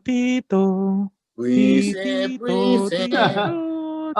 Tarek, what is your opinion? What, in your opinion, is the key to having such a long career in pro wrestling? An ability to be able to reinvent yourself, an ability to be able to understand what it is you're actually doing, instead of what you're doing is you're selling stories, you're selling the mystique of who will win or who will not win. You're not selling what's gonna happen inside of the ring. That's just like I said before, it's icing. The product is not what you're selling. The product is just, so for example, in theater, you're not selling, you can either sell the play or you can sell the actor that's appearing in the play or the actress. So yun lang yun. Just they're taking better care of their bodies now. So physically they shouldn't have any problems there. It's all about longevity in terms of understanding what pro wrestling actually is and what it's not. And it's about making your character so appealing that people will want to either to come pay a ticket to sit down, leave their house just to see you either win or get your butt kicked. That's the I know, like someone I know I can't remember if it was Gary or Farley who said earlier that Attitude Era was the golden era. Not even Gary. close. It was Gary. I felt. Oh yeah, but objectively, like at its peak, the Attitude Era hit numbers of like 8 million viewers, maybe like 8 to 9 to 10 million viewers. But the largest ever wrestling audience was achieved during a Saturday night main event. That's the name of the show. It was Hulk Hogan versus Andre the Giant, and that pulled in 14 million viewers. Yes, I heard about that. Which was unprecedented, and no wrestling show may ever touch that again. But yun, like the golden era is you got yun yung mga golden era for me. The Andre the Giant, True. Macho Man, Randy Savage, Jake the Snake, Hulk Hogan, Earthquake, Yokozuna, all of those cats. Those were WWF pa, di ba? F pa yan. Yeah. Yan yung mga WWF pa. Yeah. Nung naging WWE sila, yung slogan nila, get the F out. Galing. So anyway, the answer to question number 4 is The Undertaker. Yes. Yon. Hinanap mo ba no? Ginugol mo, no? Pero natalo siya, no? Hindi nga eh. Natalo na siya, di ba? He lost to Brock Lesnar, yeah. Yeah. That was his very first loss. And that was in WrestleMania because he was like 21 and 0. Yeah. Question number 5. Walang ano? Ano? Mas malaki na tayo ngayon. Upgraded na tayo. 10 na yung questions natin. What was the live action TV show of Hulk Hogan in the 1990s? My God. A. Hulk Hogan's Rock and Wrestling. B. Tropic Thunder. C. Thunder in Paradise. D. The Incredible Hulk. And Ano to? go. You know, Hulk Hogan was such a big star. He was Wala. such a big star. Like everywhere in the world you ask who Hulk Hogan is, everyone knows who Hulk Hogan is. But Yeah. no one watched this show. This show was lambasted. Sobrang walang kwenta. And that show is letter Thunder in Paradise. Thunder in You came wrong. Paradise. Thunder in Paradise. So bad. So bad. Ito yung may, You know, I remember- may ano siya, di ba? It didn't even last the whole year, man. Yeah. March to November. No, I remember my youngest brother went to, I think, Universal, where they taped some of the wrestling shows before. Di ba meron siya yung tinatapon yung mga t-shirt na yung pinupulit, tinatapon niya. Nakuha ng brother ko, sa kanya nakakuha ng bato. No, yung si Nice. Miggy, nakuha niya. That's So, a collectible. Yeah, he still has it. Naalala ko lang Naka-frame bigla. ba? Naka-frame. Hindi naman. Hindi, Sinusuot punit pa eh. dati. Punit eh. There's no better. I don't think there's an just since we're talking about Hulk Hogan, I don't think there's a better theme song than Real American. It's the most regular. When it comes crashing down and it hurts inside. Wala. Score update. Bringing up the rear right now with 12 points. I'm Mito gonna guess- pasabog, Farley Aguila. Barley, yes. Mali yung uli. On second, dahil nakuha niya ang Thunder in Paradise. Okay, with 18 points, Gary V, Mr. Excited. And leading right now with 20 points, it's Coach Miron. Okay. Nice. Question number Kamali 6. ako nung huli. Tropic Thunder nilagay. Paradise. Which Yung rock and female wrestling. MMA legend? Ito, na-mention natin ni Tarek kanina. Transition into WWE, having held the Raw Women's Championship belt for 231 days. A. Gina Carano. B. Holly Holm. C. Chris Cyborg. Or D. Ronda Rousey. And go. Ay, nako, ewan ko. 5, 4, 3, 2, Ang hirap, di ko nababasa ng tama eh. Dom romantico, romantico, And the answer to this is letter D. Rowdy. Ronda Ronda Rousey. okay. Ito, this is close to I think yung mga this is close to Tarek's Question number 7. What was Bret Hitman Hart's signature finishing move? A. Sharpshooter. B. Pile driver. C. Tombstone. Or D. Triggerman. And Feeling ko, go. Dian. Farley, Dian. Wala, nakasagot na ako eh. Daalan kay Dick. Daalan ka, Edik. Di. Shoot. Excellence of Nakakagay. execution. Yon. Hindi ko alam. My question was Hindi ko alam. supposed to be, Tarek, what is the best finishing move ever? The people's elbow. You know, there's actually a psychology coming up like with good finishing moves, like because it has to be one, either it has to be like really super drawn out so that audiences can get invested in what Excited, you're yeah. doing. So like you're doing the knuckle shuffle. the 5-knuckle shuffle, the people's elbow, or it has to come out of nowhere, like the RKO. Yeah. Like, The stunner. or the Stone Cold Yeah. Stunner, or even the Rock Bottom. RKO. Another thing, if it looks super devastating, then that's also nice. So I like the Tombstone Pile Driver because you have the whole afterwards, ganda ng aesthetics of that. The Stone Cold Stunner because it comes out of nowhere, and then the RKO. Ooh. Yung sweet chin music ni Shawn Michaels, ganda sana, pero wala. Like, it's Just a kick. na-dilute na kasi now everyone is doing super kicks. So it's absolutely stupid. Imagine if you're kicked to the face in real life would you be wobbling around? Like, Yeah, like ka nang tulog ka na. Yeah, they even come. It got to the point where someone named it a super kick party, which is like such a I don't know. I'm too old for that. I think I'm too Tito for that shiz. Too Tito. All right, and the answer is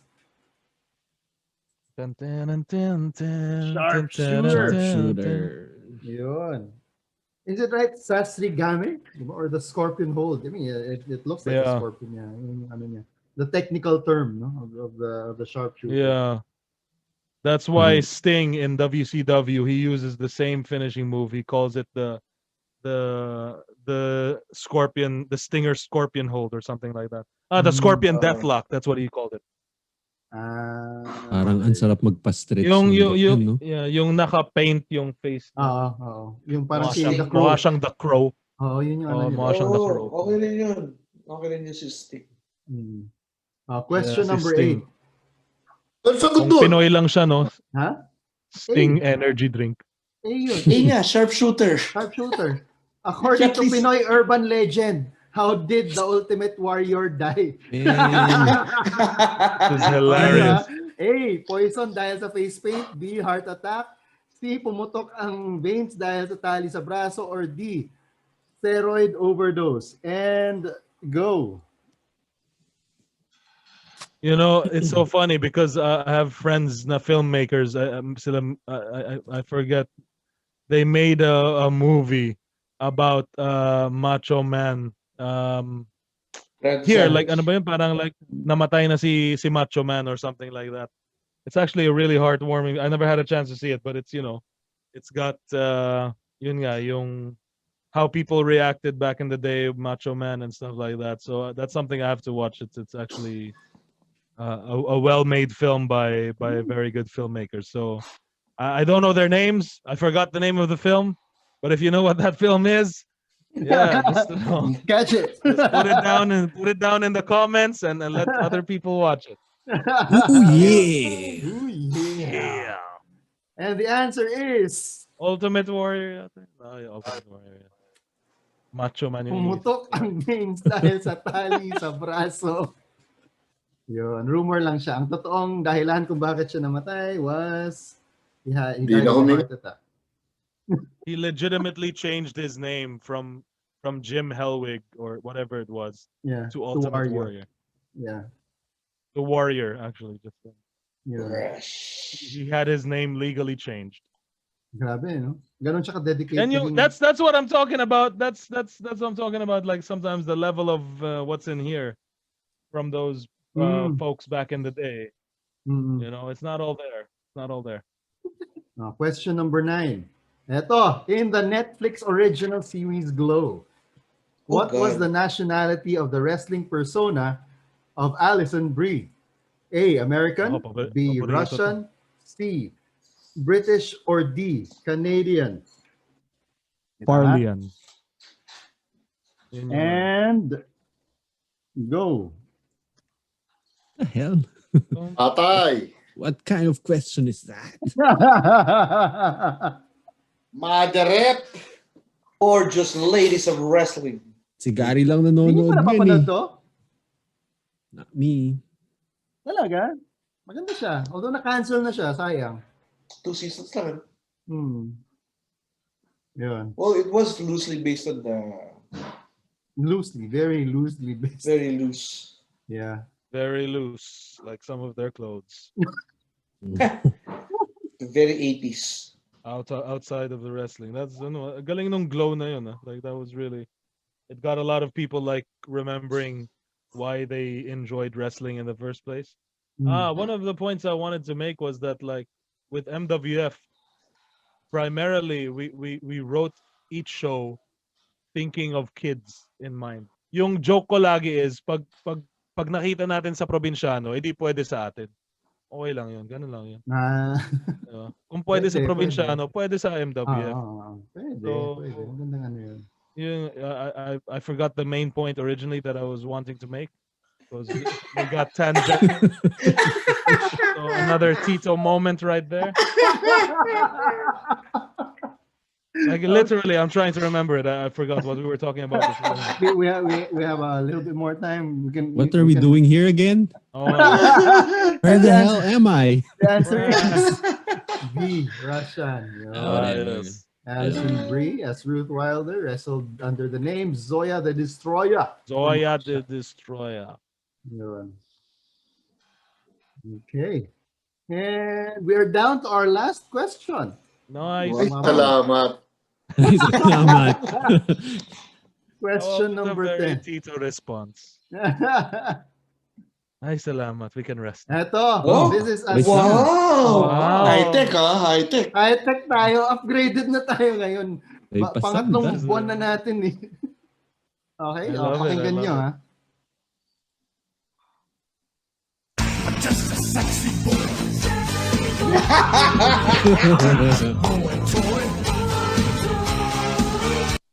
Okay, wait lang. Bret Hart, Shawn Michaels, Triple H, or Farley Aguila. Farley Aguila! D. Go! For sure, it's D. Farley Aguila. I'm just a Farley's boy. Farley's boy. He is my boy toy. Okay, and Camp Yeah. sexy. I thought, how important is it to have a good intro music, Tarek? So important, man. It's so important. Are you WWE. allowed to get songs na existing? Do you have to make your own? Malaking hindi ka nagtitrademark or copyright We usually get like I know since like for Action Novela TV we don't have to show the entrances, so we okay, don't okay. because if you show it then you're gonna get hit with copyright and stuff like that. Yeah. It's just in a performance, it should be fine. But that's the thing, like WWE, they have an entire division of people making music, and that started with Jim Johnson back in the day, during the 80s, 90s. He was the one who was coming up with all the themes for The Rock, Stone Cold. So yung glass breaking na yon, that's all from him. The Undertaker, all those amazing theme music. When you hear it firsthand, you automatically associate that theme music with the character. So yung with The Rock, if you smell, you already know it's The Rock. It's already gonna get you hyped up. That's the first thing. So the very first thing when they hear your music, they're gonna already be primed whether they're gonna boo or cheer. And it's you only get one chance to make a first impression, and the music is a part of that. So with MWF, a lot of it is yung mga music from ano. So we only just started making music of our own. Run with a good idea. Yeah, you and gotta have confidence in your Yeah. ideas. Confidence And in your the answer to just this like I'm sure is- everyone has confidence in this answer, The answer which is D. Yeah. I'm confident it's D. Unfortunately, What? Lies. Naunahan siya ni What? Shawn Michaels. Yun. And we all know that D is younger than B. So final scores for round one. Bringing the rear is Farley Dom Romantico Aguila with 18 points. Yun na yung bago mong nickname dito sa show, Farley. Dom Romantico. Gusto ko yung Aguila. Oo, Aguila pa yung pangalan, di ba? Oo, Yun. ganda na ano. Coming in second, wala nang delay. Si Gary, Mr. Excited Villanueva with 34 points and leading the Layo pack ko naman! with 45 points. Ano yung magandang ano? Layo na yan. So pwede bang perfect ano? sa second half eh. Okay. So that is para laro tayo. Nice. Yun. So that brings us to the end of another show.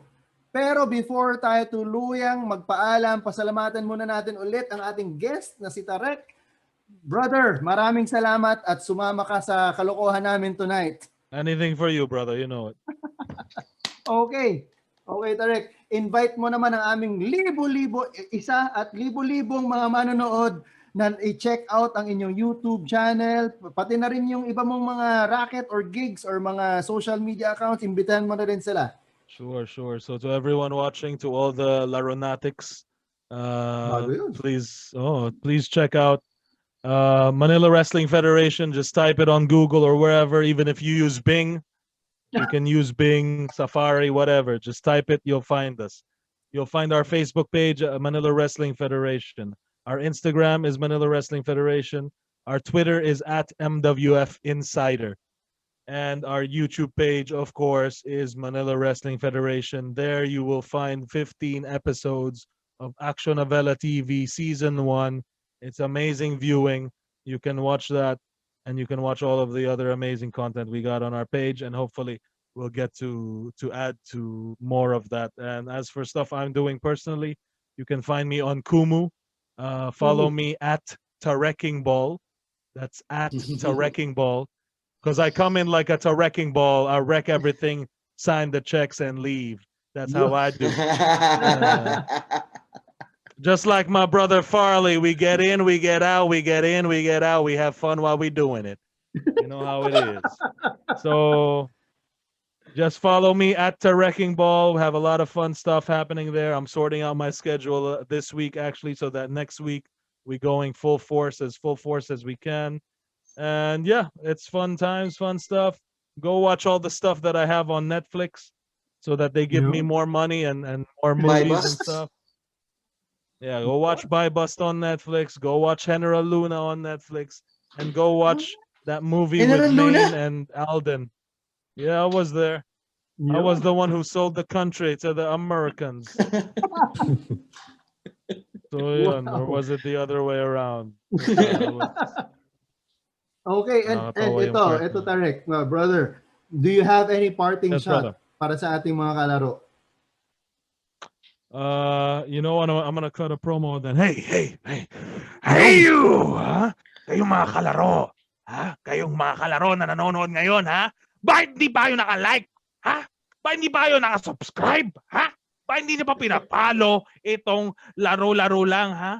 Itong Sportitos, ha? Wala ba kayong mga kamay? Wala ba kayong mga mata? Wala ba kayong mga bibig? Wala ba kayong mga, ano? Hindi ko na alam kung alang meron kayo, pero bakit hindi nyo pa nila-like? Ha? Kung hindi nyo pa i-like yan, kung hindi nyo i-share itong video na to, pupunta ako sa bahay nyo. At wala lang, tatayo lang ako dun sa labas. Hindi naman ako pwedeng pumasok, di ba? Ha? Pero tatayo ako dun na titignan ko kayo, ganito, menacingly. Ha? Hindi ko alam yung Tagalog word ng menacingly. Yun. Ha? Kaya kayo, alam nyo na yung gagawin nyo, ha? If you watch this far, you know what you gotta do. You like, you share, you subscribe, you follow. Because the Sportitos, they're gonna bring you to the promised land, ladies and gentlemen. You know how it is. You got the 4 boys, the 4 horsemen of the sports apocalypse. They're giving you everything you need, everything you want. So you only got one thing to do, and you gotta use this hand. You gotta put it on your mouse. You gotta put it on your screen. You gotta put it on your iPad. You gotta put it on your iPhone, and just press that like, share, follow, subscribe. That's how we do it here with the Sportito, baby. The promo. Napal-like, share, follow, and subscribe ako eh.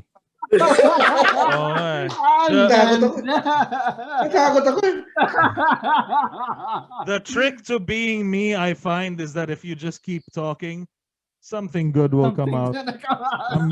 Yeah. The best, man. That's why, you know, people say I'm gifted with the tongue, you know, so it is how it is. Ooh. It is what it is. Ooh. I didn't say anything else. Ooh. Tuloy-tuloy na natin. O, kaya nyo bang tapatan yun, mga Sportito? Let's start with Mr. Excited, Gary. Langya ka? Ang hirap naman sabayan nun. Wag na. All I can say is, thank you very much, Tarek, for guesting. It's been great. It's an honor. Sobrang saya. The honor is mine. First episode, other than basketball, it was really a memorable experience. Wrestling has always been part of, I think, the Filipinos naman love wrestling, so this will be an interesting episode. Lalo yung mga insights mo, sobrang galing. Filipinos love storytelling. Yeah. And yun, just I will watch. Bubuksan ko Netflix ko, kailangan ko lang bayaran muna ang Netflix ko. So I can watch and look for you in General Luna. Mahirap yata hanapin sa General Luna. Lahat yung balbasarado tao ron eh. Mahirap yata hanapin. In any case, again, Tarek, thank you very much. And again, for Farley, Noy, and Chief, maraming salamat ulit. And this is Gary from Canada signing off for tonight. And thank you. Huwag na kami serious line. Laro-laro lang eh. Yun. Tuloy na natin. Coach Miron, Noy Africa. All I can say is maraming salamat for Tariq for gracing our show and sharing so much insights. It's something that we probably haven't done in a long time in our lives, is to talk about wrestling. So this is a very welcome development for us. And my last 4 words, very simple: like, share, follow, subscribe. Akala ko sasabihin mo, you can't see me. The best that Masyadong was. seryosohin, laro-laro lang. Yun. And of course, Mr. Pasabog, Farley Aguila. Thank you very much, Paul. Thank you very much, Tarek, for guesting. Brother. Sabi nga ni Gary, it's our first episode aside from basketball. So it was very fun and very parang bagong knowledge for me. Kaya kita mo naman, pinagbigyan ko na yung dalawa dun sa quiz namin na portion. So, ibabalik ko sa basketball next week. Titignan ko tong dalawang to. So, thank you very much again, Rick. And for those supporting our show, thank you very much. Keep supporting us. Thank you. Stay safe. Oh, by the way, Joe, before I forgot because I also do like a sports related thing every Monday 8 p.m. called the Balbas Bros, where we just talk about the bros. We just talk about football, some MMA, and some basketball. So if you can catch us on Kumu every Mondays 8 p.m. The Nice. Balbas Bros, basta Balbas sarado. Yo, wow. And tandaan nyo po, lahat na nanonood, ang buhay ay laro-laro lang. Pwede. Alright, ako naman, si Pisdak, Joel Parcon. Again, brother, so many thanks for gracing Honor is our mine. show. Anything from my brosif, I love this guy so much. I had a chance to work with him one time before. I've always been blessed that the people I'm working with are such amazing people, and it didn't go wrong again with my brosif. We were tight during that play, and if he ask me to come on again or anytime, anything for my brosif. That's simple. You know how it is. Yeah. Love you, brother. Love you, brother. Love you, brother. Okay, so anyway, that's it for another episode of Laro-Laro Lang. We hope that everybody stays safe. Maayong gabi sa inyong tanan. Good night! Hirap i-edit ito, no? Good night! Yan ang liwanag! Yan ang liwanag!